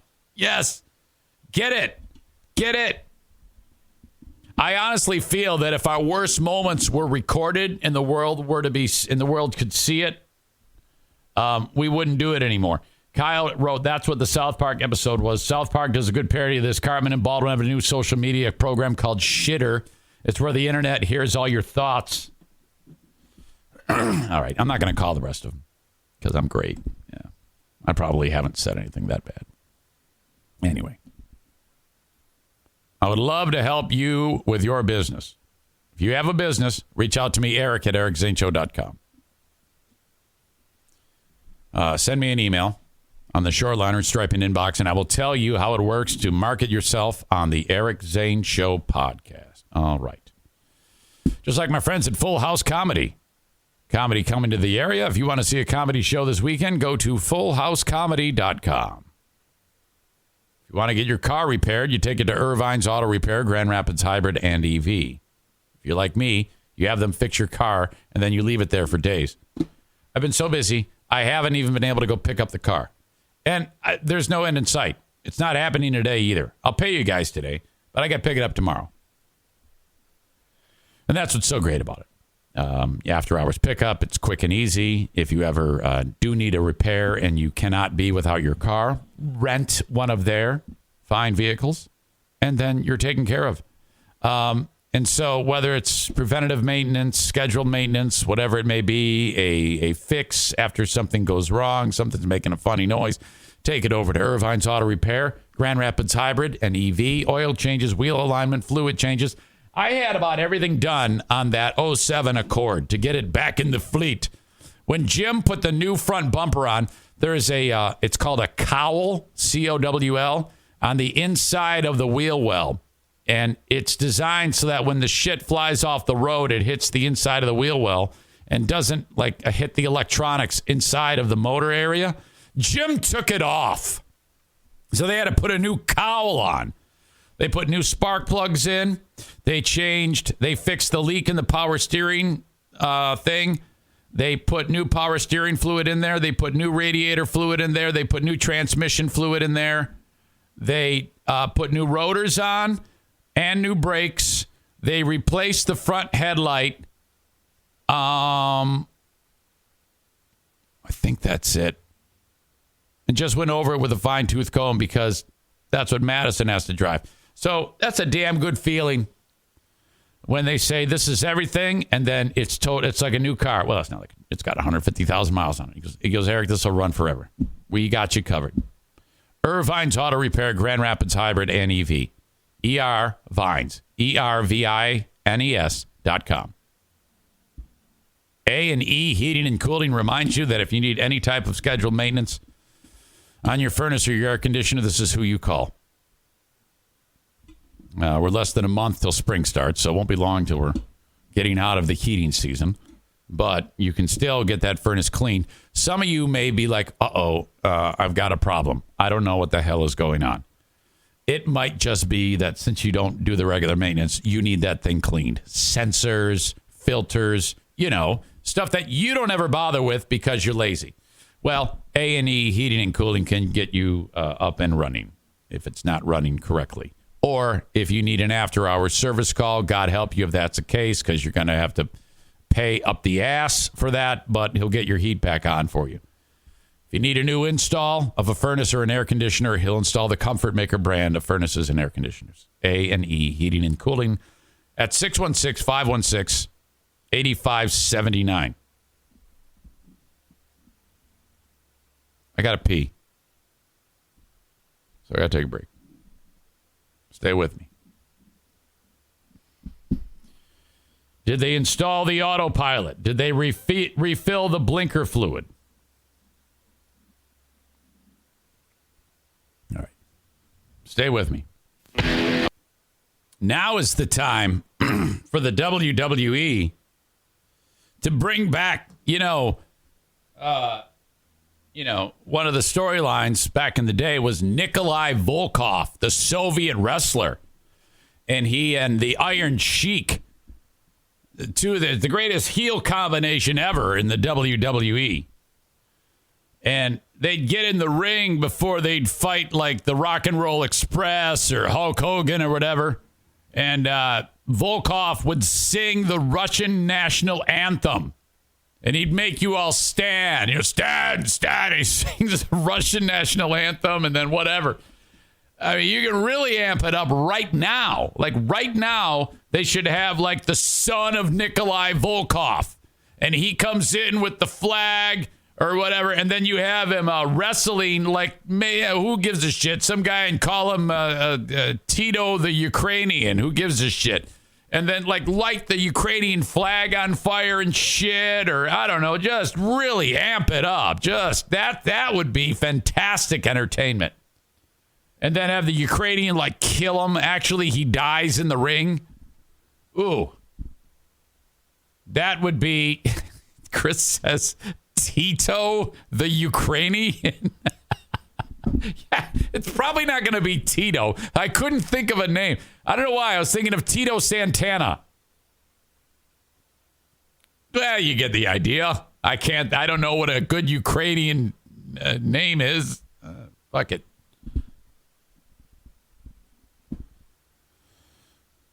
Cardiff Electric is here. He says, I'm still mad at you. Well, I didn't know that. No, what the fuck you mad about? Are you doing a Twitch stream today, Cardiff? I could send the audience over to see you. I do check on you from time to time, and you're never, ever doing your show. So that's weird. Well, I get done a little after 10, Cardiff, so I would love to send them your way for another riveting edition of your Twitch stream, you know? Coco B. Ukrainian. Ivan Ukrainian. All right. Moving on. Another horrible story. Well, good news, bad news. Because we're watching terrible people's lives become even more terrible. And so that's a good thing. If the lives of terrible people are made more terrible, then that is a win. Now, I mean, like Alec Baldwin, we just talked about him. Now, that is not a terrible person. Well, he might be a terrible person. I don't know that. All of you jackasses seem to know that Alec Baldwin is a terrible person. But I have no idea. No. Today, I'm talking, and I'm reasonably sure that the parents of Ethan Crumbley, James, and Jennifer are terrible people. And they're probably going to spend a long, long time in jail. The parents have been ordered to stand trial for the manslaughter charges, several charges actually, in the case of their son killing 4 people in that school shooting.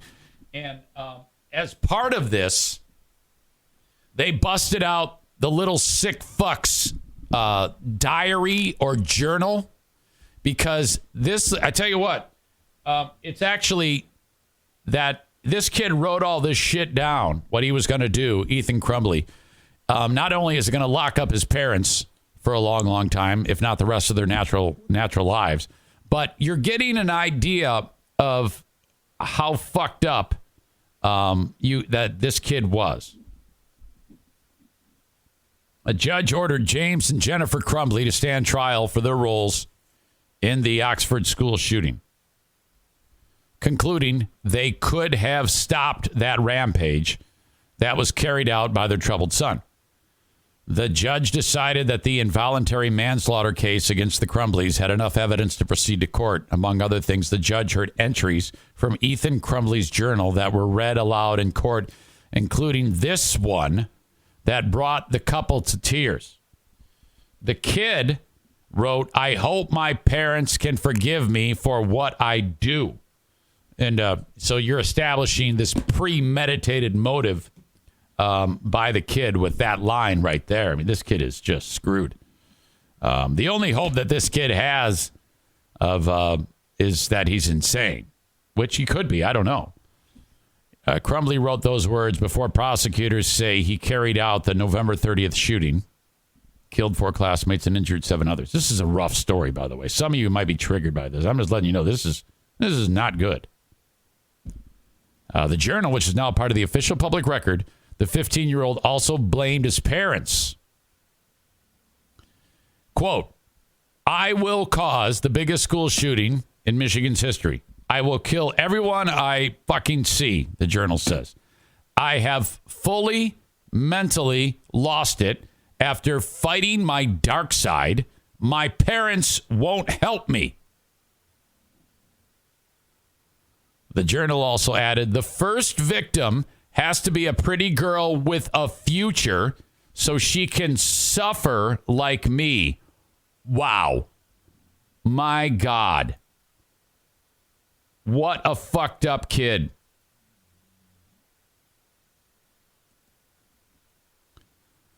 Perhaps most chilling, I would say that's the most chilling, said Oakland County Prosecutor Karen McDonald, was this excerpt. I have zero help with my mental problems. And it's causing me to shoot the school. My parents won't listen to me. They listen to the Eric Zane Show podcast. No, come on. But no, where it says, my parents won't listen to me, that's the end of the quote.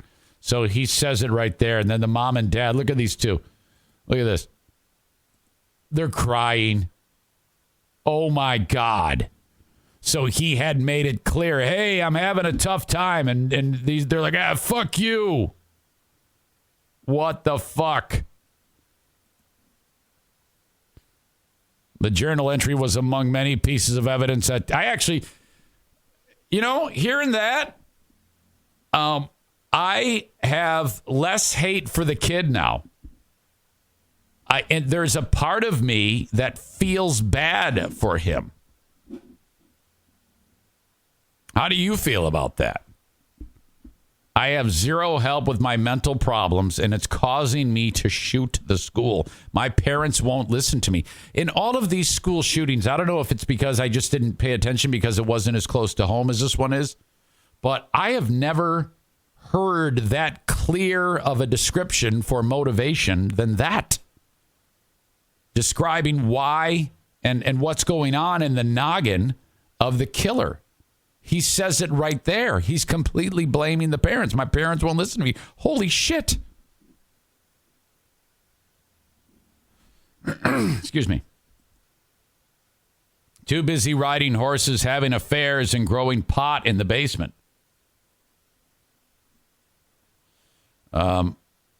Drew Vanderwy says he's passing blame.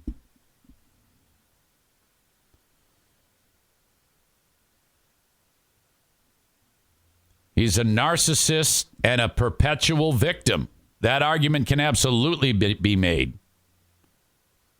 I think the parents should be charged with first-degree murder, not manslaughter.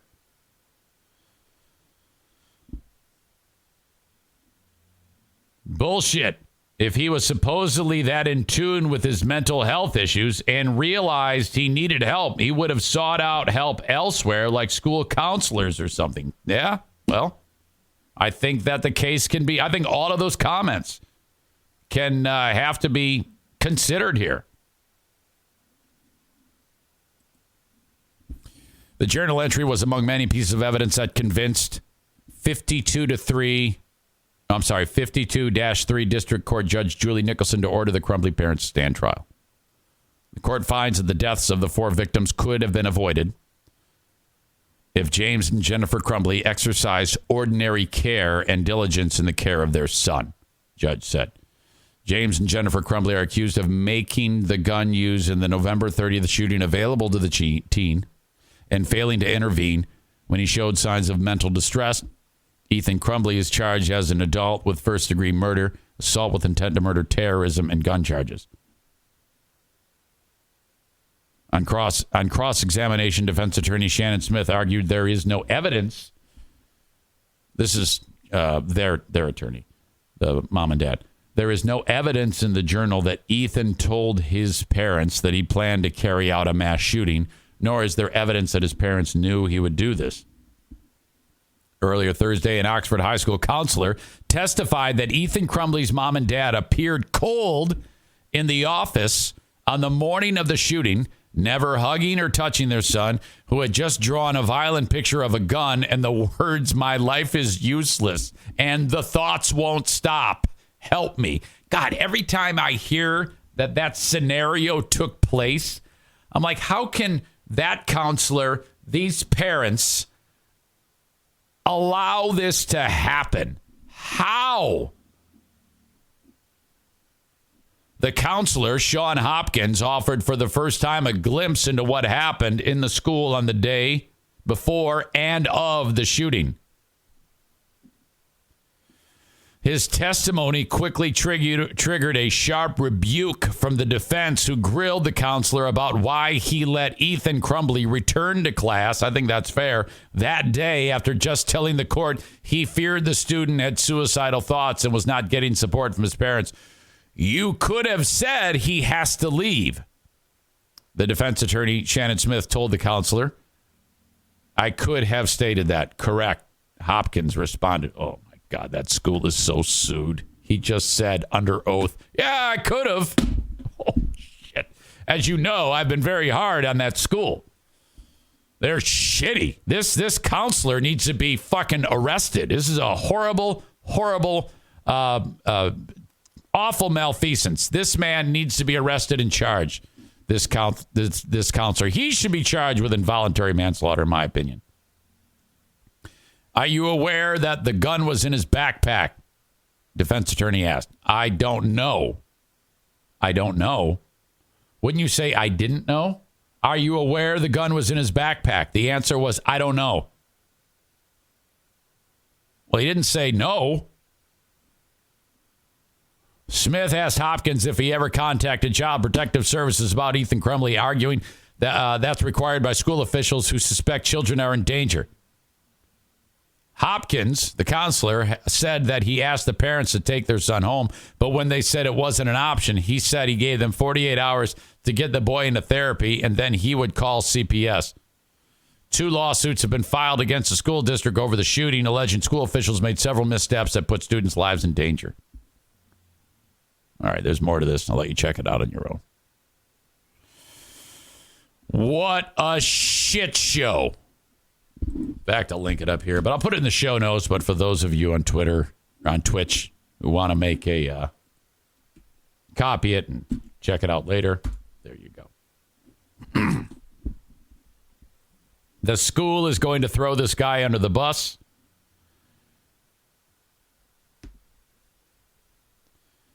Send him to the hospital. His parents aren't the only qualified individuals for dealing with kids with a mental illness.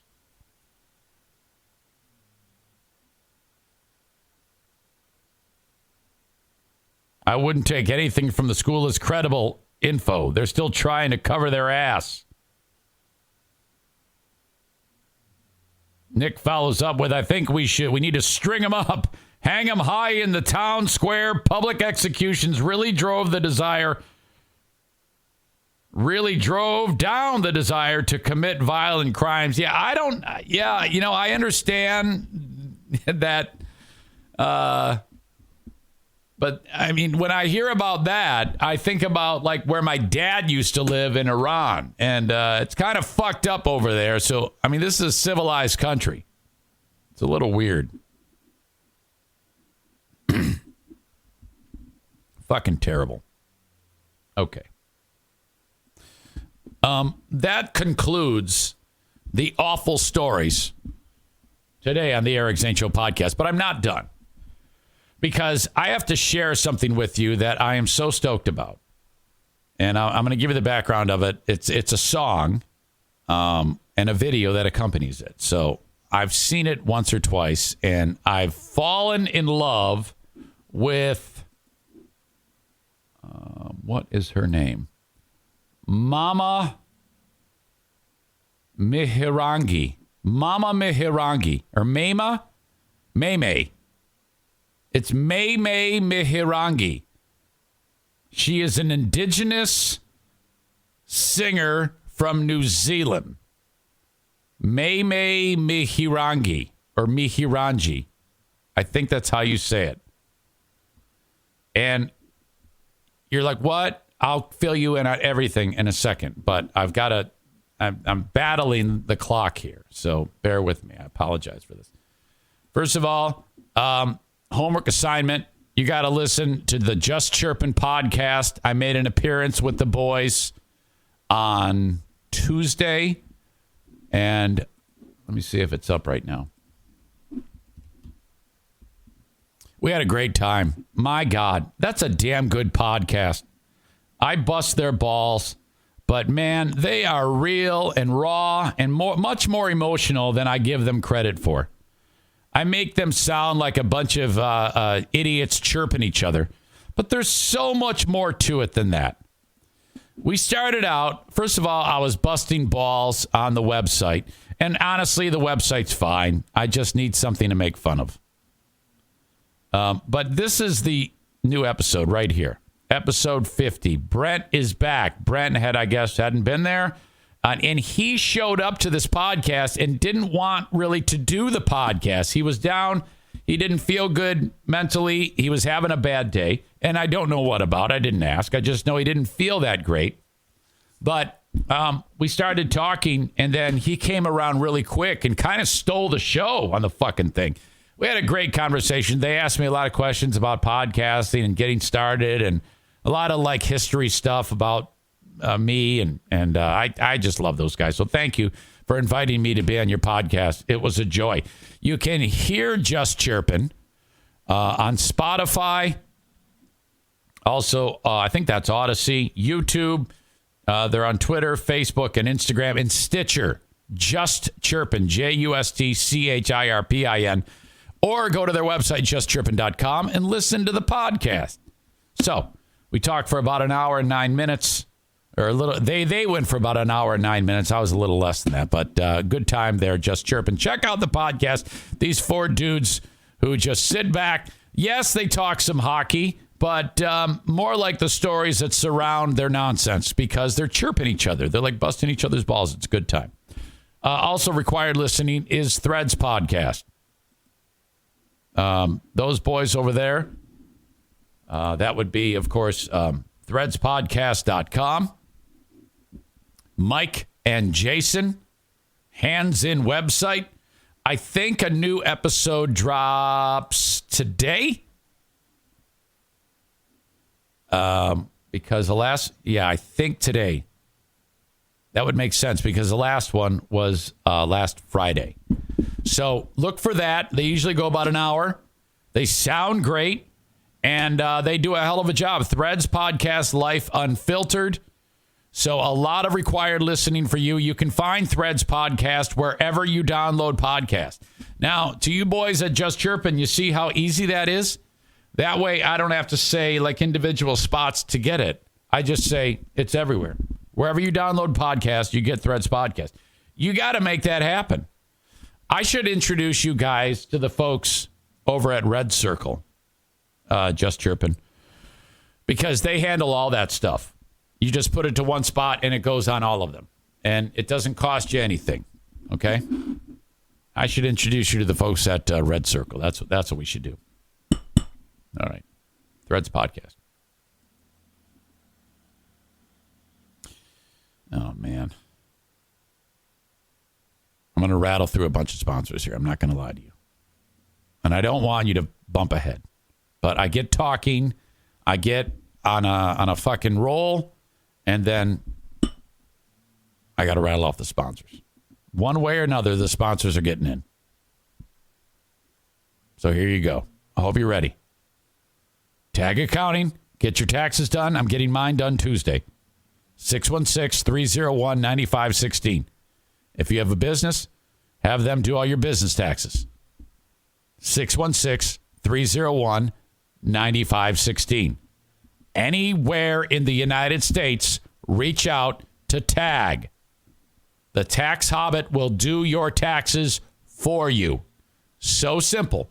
Call, say where you heard it from, me, and that you want Troy to do your taxes. They will give you all the direction you need, no matter where you are in the U.S., and your taxes will be done for you expertly and perfectly. Awesome. Thank you. 616-301-9516. Flooring. Have it installed by Bennett Flooring Installation. I have a grand total of 0 emails for the great flooring giveaway. Down on your luck? Could use a new flooring install? Reach out to me, Eric at ericzaneshow.com, as to why. Nominate yourself. Don't be shy. Tell me why this is going to help you so dramatically. Give me the details. Don't be shy. Send it along. Eric at ericzaneshow.com. Bennett Flooring Installation is giving this away to some recipient, to one recipient. It'll be the third time that Jacob and Jason have done it. In the meantime, if you're getting flooring installed or you want flooring installed, have them install it for you. You do all the dirty work. They do the finished product and put down the flooring. 616-318-0167 for an estimate. The flooring you buy, I want you to get it at Johnson Carpet One Floor and Home. along Chicago Drive behind Little Caesars. Big building, small red sign.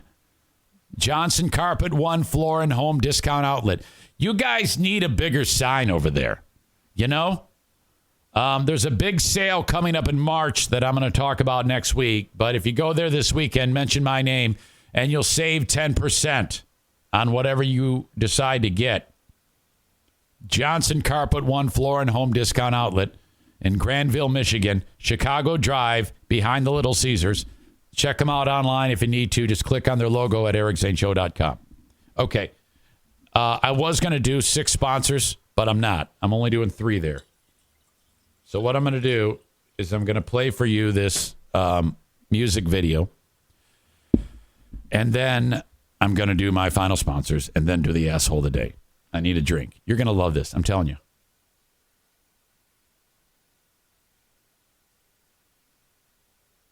I just dribbled. Now, I got my fingers crossed that I will not get a copyright strike here. But I've seen so many people who, by the way, Aram writes, I know a guy with a basement that is not getting done. Can they help with that? Hey, no, I would decline that because I am not in need. I can do it. Thank you very much. You know what is not a reason to get a new install of flooring? Because you're busy. Okay? I earn money. I'll take care of it myself. Thank you, though, for the thought, snarky jerk. Okay. I have to share this video with you. Kenny says, people play music all the time on here. Twitch will just mute that portion of the show for rewatches. Well, I'm hoping to slide this one by the goalie because it's like charitable. Playing for Change is an organization that I think they're trying to raise money for like the environment or something like that. Net proceeds will go to organizations that prioritize real-time solutions that facilitate environmental justice and sustainability. That sounds very woke. Including Conservation International, American Rivers, World Wildlife Fund, Reverb, and the PFC Foundation. Part of the funds of this will advance education programs led by the PFC Foundation with the support of UNFPA to positively impact adolescents and youth worldwide. Well, that all sounds great. In 2007, the Playing for Change Foundation was established as a 501c3 nonprofit organization created to inspire, connect, and bring peace to the world through music. Our mission is to create positive change through music and arts education. As one of our students in Nepal stated, music is an indispensable part of life. You cannot live without music. Well, that's a lie. We couldn't agree more. At the Playing for Change Foundation, we live our lives by this principle and apply it to everything we do. All right, so you get the idea there. These are sweet people trying to make the world a better place. All right? Kenny says, I couldn't live without music. You don't listen to music. You need to change that to say, I couldn't live without the noise that I play. All right? That's shit. You listen to shit music.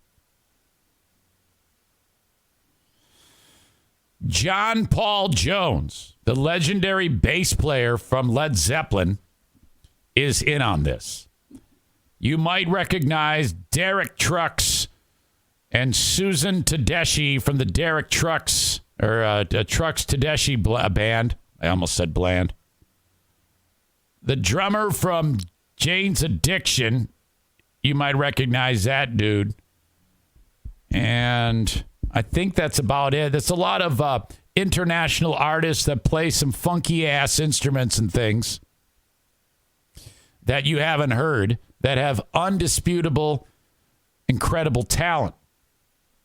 They're playing from different, very scenic, picturesque spots on the map, and they blend it all together to make an amazing version of the song When the Levee Breaks, which I didn't know was made back in like many, many years ago. Led Zeppelin did their own version of it, but this is not their song. All right. That's all the background you need. Make sure I have the sound in the video, or this is going to be very embarrassing. I think I'm set. Please, there's one moment in the middle of it, second verse, when I fell in love with Meme Mihirangi. And you'll see why. You'll be like, what the? I was so turned on by Meme Mihirangi, the indigenous New Zealand singer. I am flat out in love with this lady. Okay, here you go. When the Levee Breaks.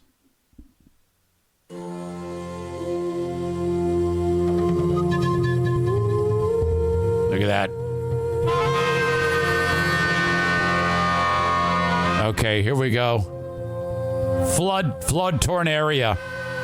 I'm not going to talk. Here we go.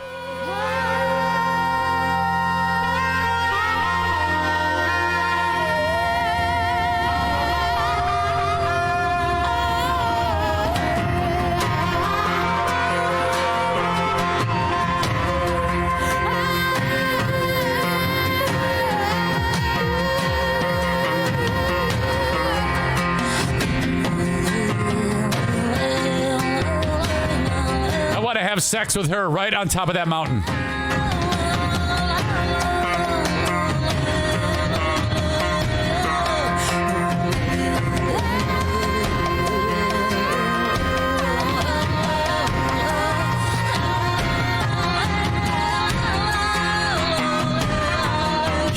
Yes.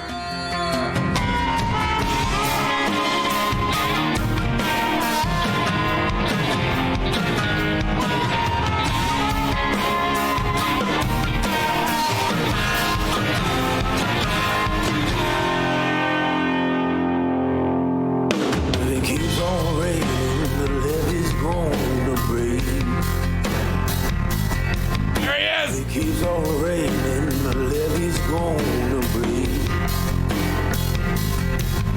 The levee raiser had no place to stay. That old levee taught me to weep and moan. And that old levee taught me to weep and moan. Got what it takes to make a mountain man leave his home.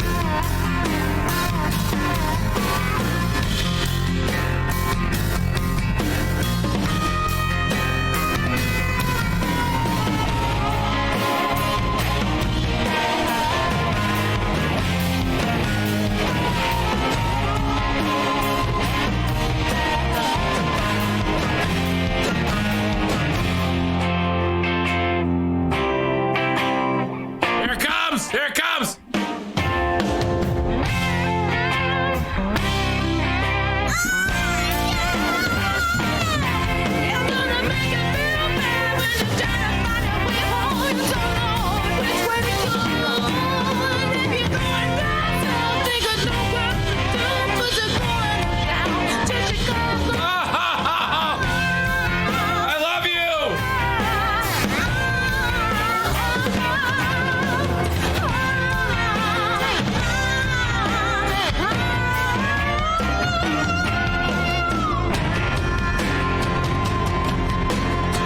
Chicken hula skirt.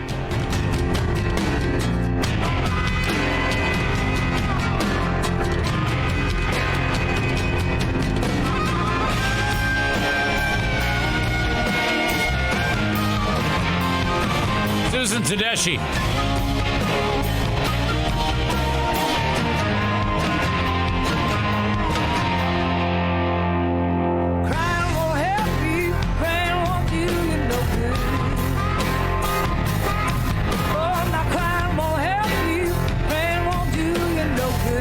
Sex with her too. I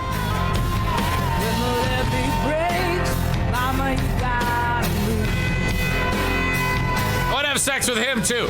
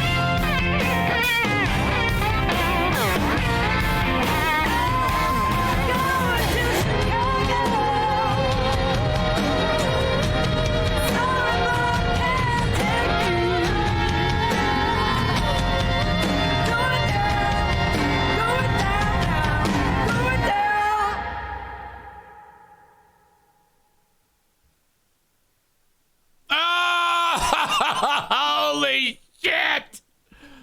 Oh my gosh! Holy fook! Captain Something Wong? Oh my God. That was an orgasmic experience. I am a puddle. Wow. I'm telling you, man, that is fantastic. It's better than I prefer that over Led Zeppelin. Okay? Ugh. Boomer Bob says it's a well done cover and has relented people on it. I think he means talented people on it. And then he wrote, but I grew sick of this song 35 years ago. No, that's a new coat of paint. You're stupid. That's why you live in Alabama, dumbass. Aram says, I'm rewatching that. I will send you the link, my friend. There you go. Oh. My God, did I love that. And I am just in love with May Mihirangi. Oh, my God. All of the women on there. I wanted to have sex with every woman on there. Holy shit. Eric is turned on. If the Queen of the Forest was here right now, she'd have a ding-dong in the spot where babies come out right now. I sent you the wrong link. Oh, sorry. Let me get you the right link.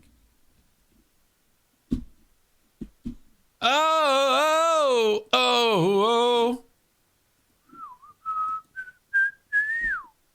Hold on. There it is. Incredible. Kate says he's like a 2-year-old. Who, me? What am I? I'm like a 2-year-old? No, I'll tell Diana. She says, I'm telling Diana. I'm going to tell Diana that I want to have sex with all those women. And I only want to have sex with their voices. No, not really. May Mihirangi, or whatever her name is. I actually want to have sex with her while she's wearing that whatever that was she was wearing. She was wearing like fucking Victoria's Secret. All right. I love that so much. Hold on a second here.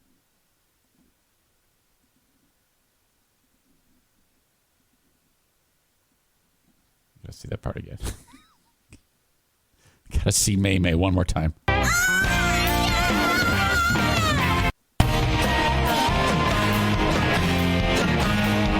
I like how this guy here, the one dude is playing in like Venice, California, and then some asshole on a mountain bike goes driving through the shot.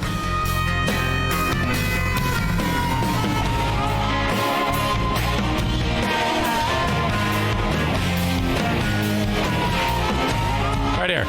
Ben Lee. Look at. Hey, what's going on? Get out of the shot, dick.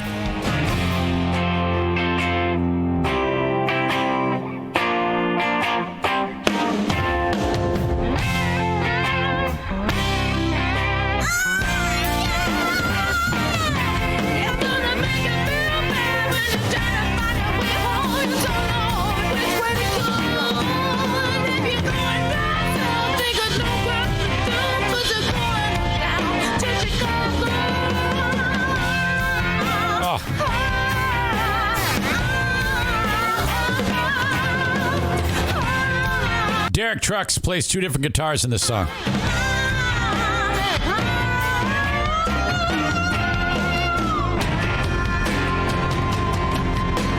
She's too young. She's too young. I don't like her. I like the chick in the background behind her. What a fun thing. This is absolutely spectacular. Oh, my God. Adam says Pocahontas.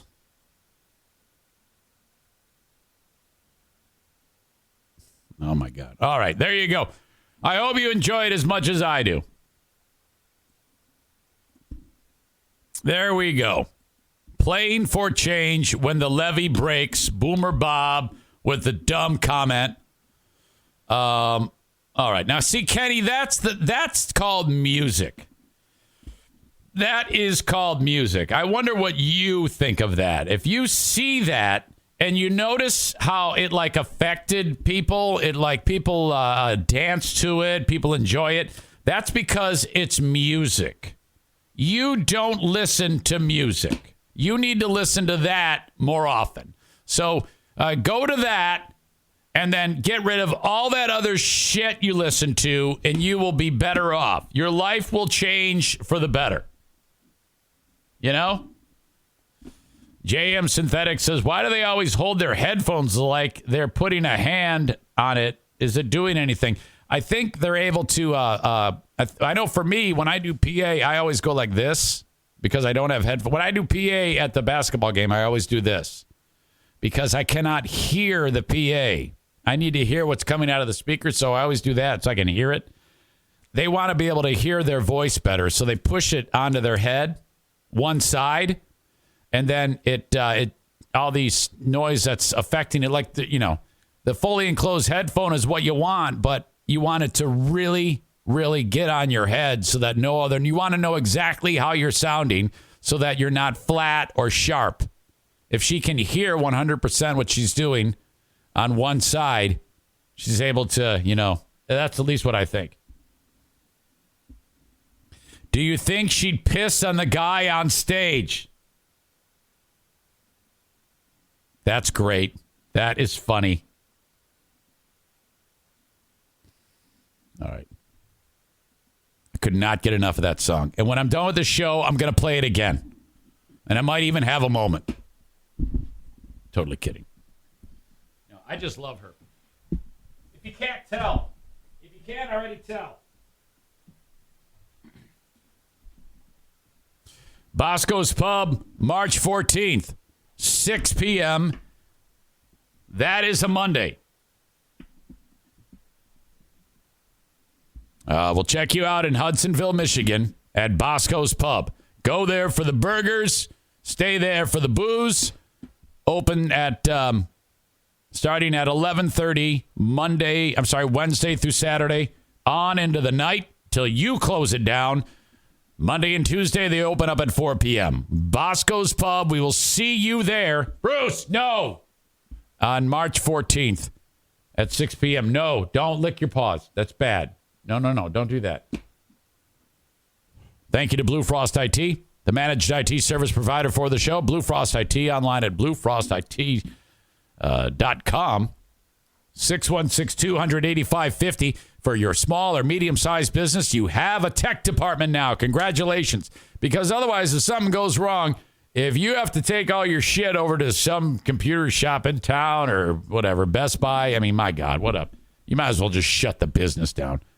Have a tech department ready to go at your beck and call with Blue Frost IT. And if you're getting ready to upgrade with new computers, don't just go and buy what you think is appropriate. You got to buy the right stuff. Get a complimentary consultation first from Blue Frost IT.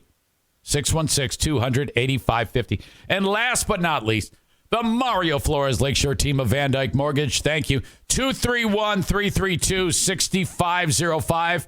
No matter where you are in the U.S., with the exceptions of South Carolina, Alaska, Hawaii, and Maine, call Mario for a mortgage. 231-332-6505 for the Mario Flores Lakeshore team of Van Dyke Mortgage. Okay, who is the asshole of the day?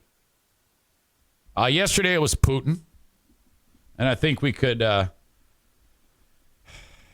put him on there every day, frankly. He's a maniac dictator who wants to take over, I don't know, maybe he wants to take over the world. God help us all if he does. We won't be doing that. I won't have to worry about selling insurance plans anymore if that's the case. That's unbelievable. Problem with the shot clock again at the old basketball game. I saw a 5'8" man dunk. We relived Spud Webb's madness. The NFK has a busy day with your old pal Eric today. Ukraine, killing good in the neighborhood with the Applebee's commercial on the split screen on CNN. That was horrible. The locals told to make Molotov cocktails and be expected to defend the country against Russia. That's bullshit. Ethan Crumbley's parents, oh my God. Alec Baldwin in the crosshairs from Matt Hutchins. I'm not buying that for a second. I know all of you are throwing Baldwin under the bus and yeah, it's terrible. I don't believe that for a second. Team Baldwin all day. I didn't even get to the story about the cop wrongfully fired that was sent in. Just a shit show amount of horrible stories today. But I'm narrowing it down to President Zelensky for telling his people in his country to make Molotov cocktails.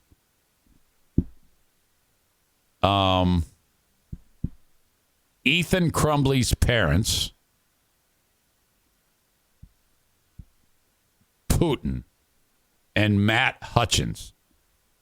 Halayna Hutchins' widowed husband, for throwing Alec Baldwin under the bus.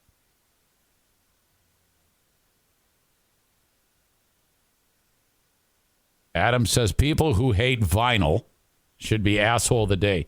How about the pilot who scared the baby? Yeah, I think the pilot did more than scare the baby.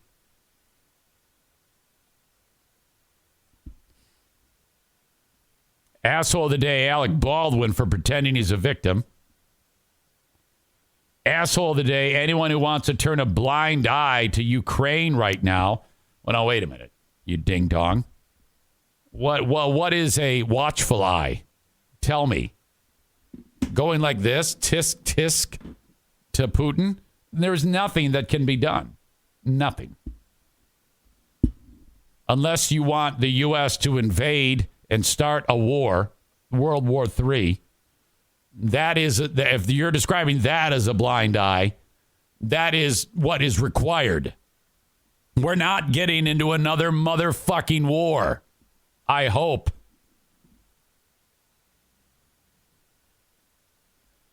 Yeah, no, that's not happening. They need the world's help to stand up to Russia. Well, no.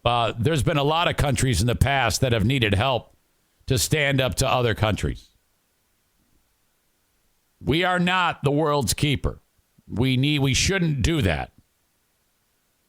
Otherwise, we would be in wars a new war every single day, week, month. So, no way. Fuck that. Mutually assured destruction is what you would be doing if you decided to do that.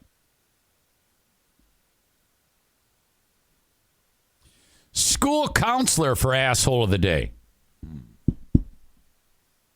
I don't know. That's a fact, Eric. Yeah, you know no facts, Nick. The only fact that you know, Nick, is that shoes with 11-inch soles would make you 5 feet tall. That's the only fact you know. And that your beard looks terrible. Those are facts. We should not get involved in this. Oh. Nick says I was agreeing with you, dumbass. Oh, sorry. Well, thank you. I appreciate that. You're still little. Kyler says, asshole of the day is my wife Tracy for thinking that you are actually funny, damn it. Well, it's about fucking time she woke up. I don't know who's going to be the asshole of the day.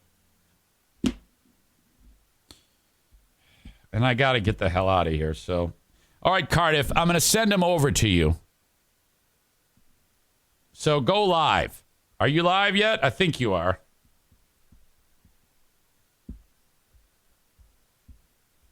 I'm expecting you to play some bass for these people.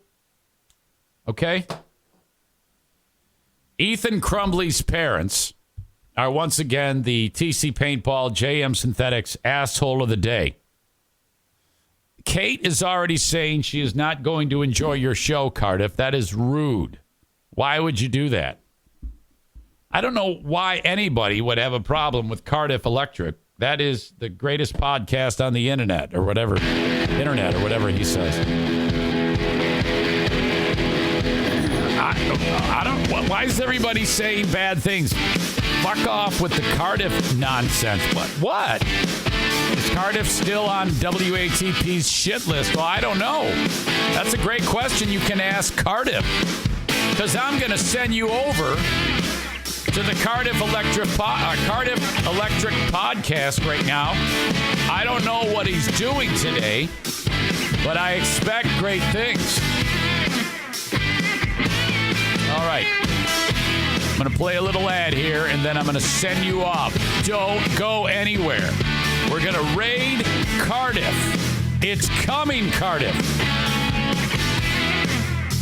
All right? And I'll talk to you on the Patreon. Here we go. Enjoy the day, folks. Talk to you.